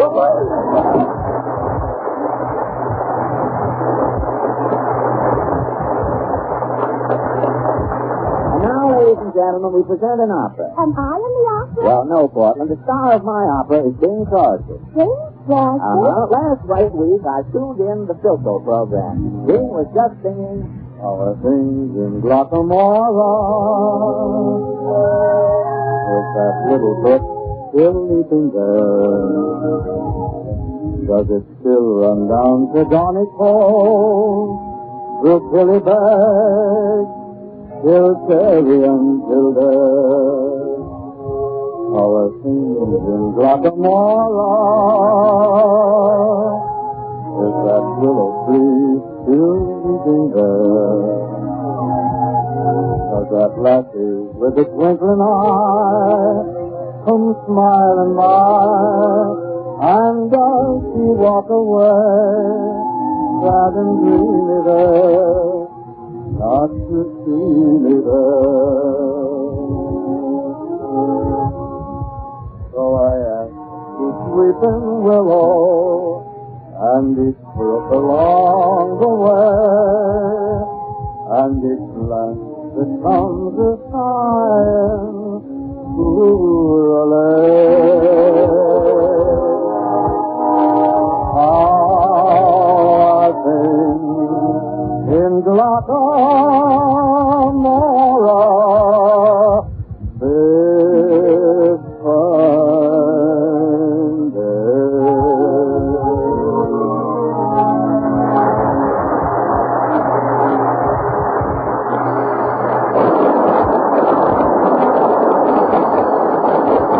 Well, that was all I had to hear, Portland. That convinced me Bing had to be my star. What is your opera about? Well, I'll tell you opportunity. Stock up this week so you never run out. Ask your grocer for tenderleaf Francais balls. They are still the same low pre-war price.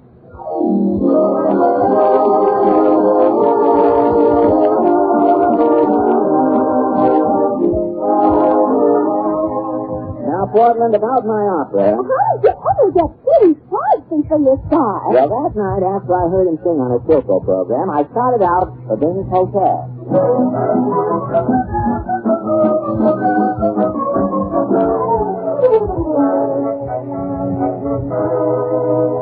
Ah, this must be Bing's room, Miss Landers.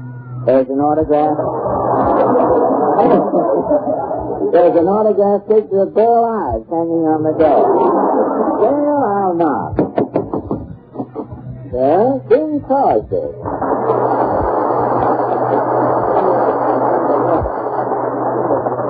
Well, look, Bing, if you're busy... Oh, no, Fred, come in. I was just working out on the punching bag. I'm practicing my left hook. Oh, your left hook, Bing, you mean? Naturally, I have to keep up with synopsis. Frankie has started a trend. Everyone's in training, Fred. Como, Haynes, Andy Russell. I even caught Jimmy Sims ducking into the YW with a sweatshirt and boxing gloves. I used to know her sister, Jimmy. Jimmy Sims. Knowing how to fight things, knowing how to fight is going to come in handy. You know, in our team, the Pittsburgh Pirates play Brooklyn. Oh, Contero, boy. The Dodgers may have the same branch, but they're turning over a new leaf. This season, the Dodgers are considerate. Considerate how? Right next to the visiting team's water cooler, they keep a 5-gallon jug of plasma. And when you need it, they're ready to give it to you. The shortstop wears a rubber glove. Oh, I've never seen it.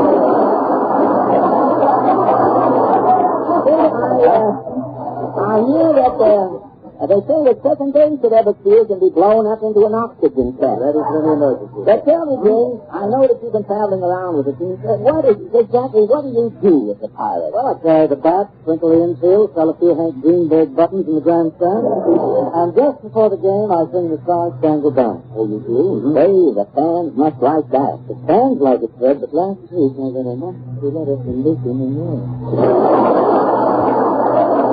We'll have some Duroc in the morning. I don't know how you keep going. Working for the Pirates, doing a radio program, making guest appearances on other shows. Oh, it's nothing, Fred. It's good stuff. Good stuff? Stuff I have to do to feed my kids. Say, I heard you doing a guest appearance a few weeks ago. It was on one of Dennis Day's programs. Yeah? The one he does on Sunday night. Oh, you mean the first half hour of the Phil Harris show.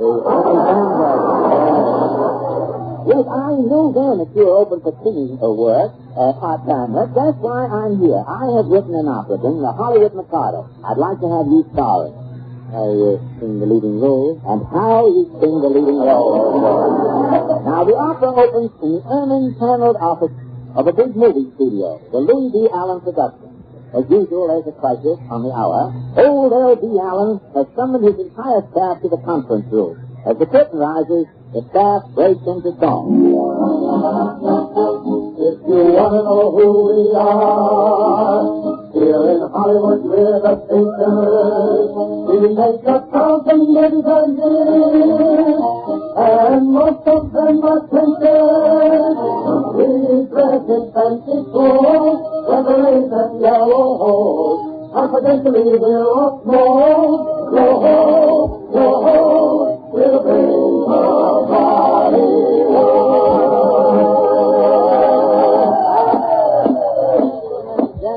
Gentlemen, this is no time for singing. You know the mighty Louis D. Allen studio is on its last leg. Yes, Uncle Louis. For years we have been making great pictures. The Beethoven story, the Brown story, the life of Mick Penny.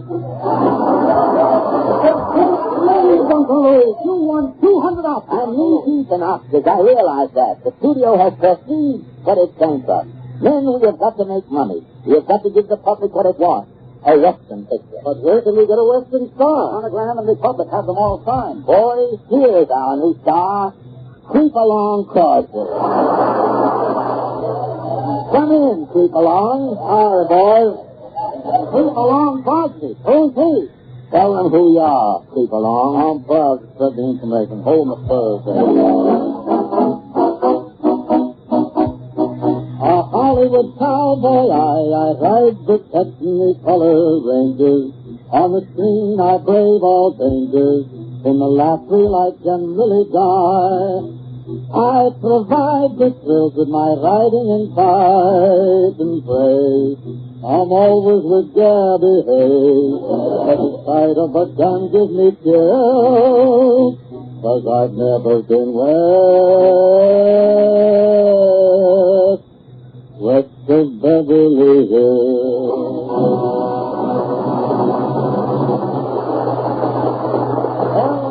There you are, boy. Dad, Uncle Louis, this boy's another smelly burnett. That's all the rest of my heart praise you. Well, then we've got our cowboy star. We're all set. Hold on there, Ellen. Don't forget a leading lady. I don't cotton to the idea of the picture fading out with me kissing my horse. Don't worry, people on. We've got 5 leading ladies, and they're all glamour girls. Tell people on, girls. 5 little glamour girls are we. Born on time, just a fantasy. Sent to Hollywood on the fantasy. 5 glamour girls are we. You see our pictures every place, endorsing lotions for the face. Modeling down with style and grace. For we've got it, you see. 5 glamour girls are we. We'll see the heroes and no room. Parties, race, just and food news. Our names are always in the news. 5 glamour girls are we. We'll never be fat actors, daggers. We'll never in kitchens like the English or the Gladys. The only thing they put us in are sweaters. 5 glamour girls are we.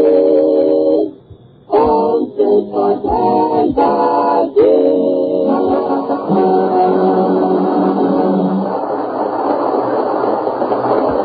Well, there you are, people on. Which glamour girl do you want? I reckon we better use all 5, make it a big picture. Dad, what an idea. 5 leading ladies. This will be the biggest Western ever made. You'll be a power in Hollywood, there'll be. A power. Creep along. If I was only a power in Hollywood, you'll see some changes made. Changes? What changes would you make, partner? I have my list right here. The day that I take over, I'll clean up Hollywood. I've got a little list of the things that I get rid of, and the ribbons will be good. They never will be missed. I'd fire every relative working on the studio lot. I'd throw out every writer who picked up those stupid plots. And those pretty boys in pictures with their toupees and false teeth. Their figures thrill the women, but they're padded underneath. And those salty movie sirens who can't act but just get kissed, they never will be missed. He's got 'em on his list, and they never will be missed.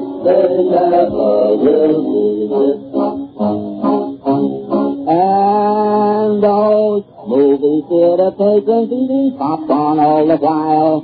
They sit there with their shoes off while a young romp in the aisle. And those deadly moving stage shows with a comedian and a band. And the MC who keeps yelling, give this little girl a hand.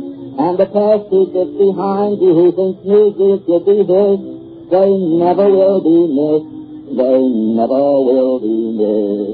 He's got 'em on his list, and they never will be missed. No, they never will be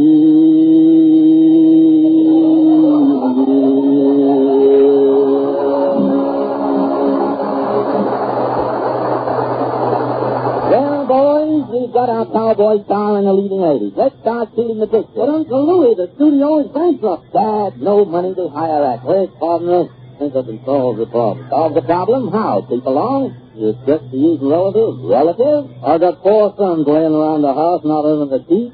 Good. Why, an Adler elevator saddle, they can be the posse. I got a brother Everett. I've been wondering what to do with him for years.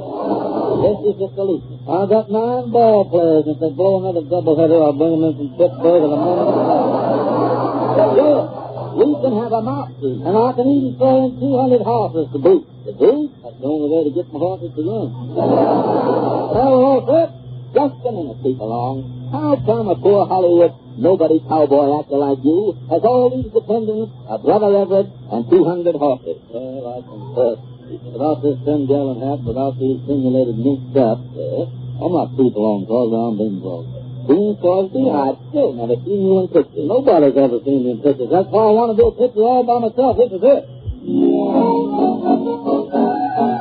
At last, here's a picture for Bing. Voila! That's not on some road with Bob Hope. At last, I'll be seen on the screen. Voila! Without that nose hogging the scene. Voila! With those fat jokes, I won't have to cope. Playing straight for that Pepsodent dope. What a wonderful picture this is going to be. Not Fitzgerald or Ingrid to steal it from me. I'll be a sensation, the talk of the nation. At last, here's a picture for Bing. He'll be a sensation, the talk of the nation. At last, here's a picture for Bing.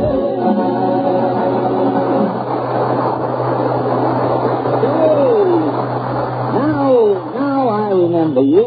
King Crosby. I heard you on the Jolson program. You got me with a mic. You got Luke in here? I don't know.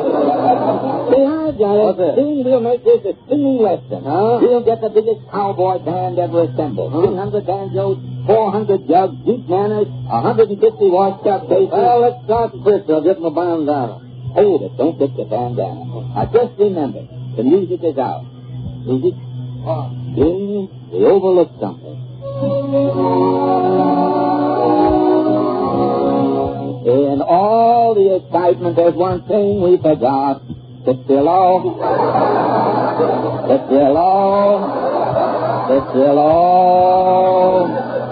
First we must learn if we can or cannot from Pitsillo.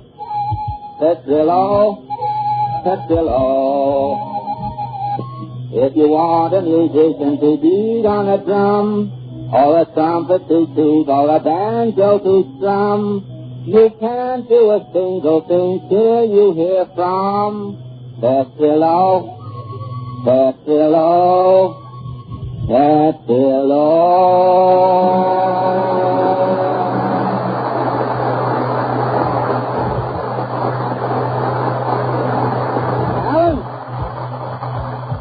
I think you better take out the music and make this very western. Video has no money. All we need is a sun lamp and two swords. You mean? We'll call it the Two in the Sun. Gentlemen, studio stage.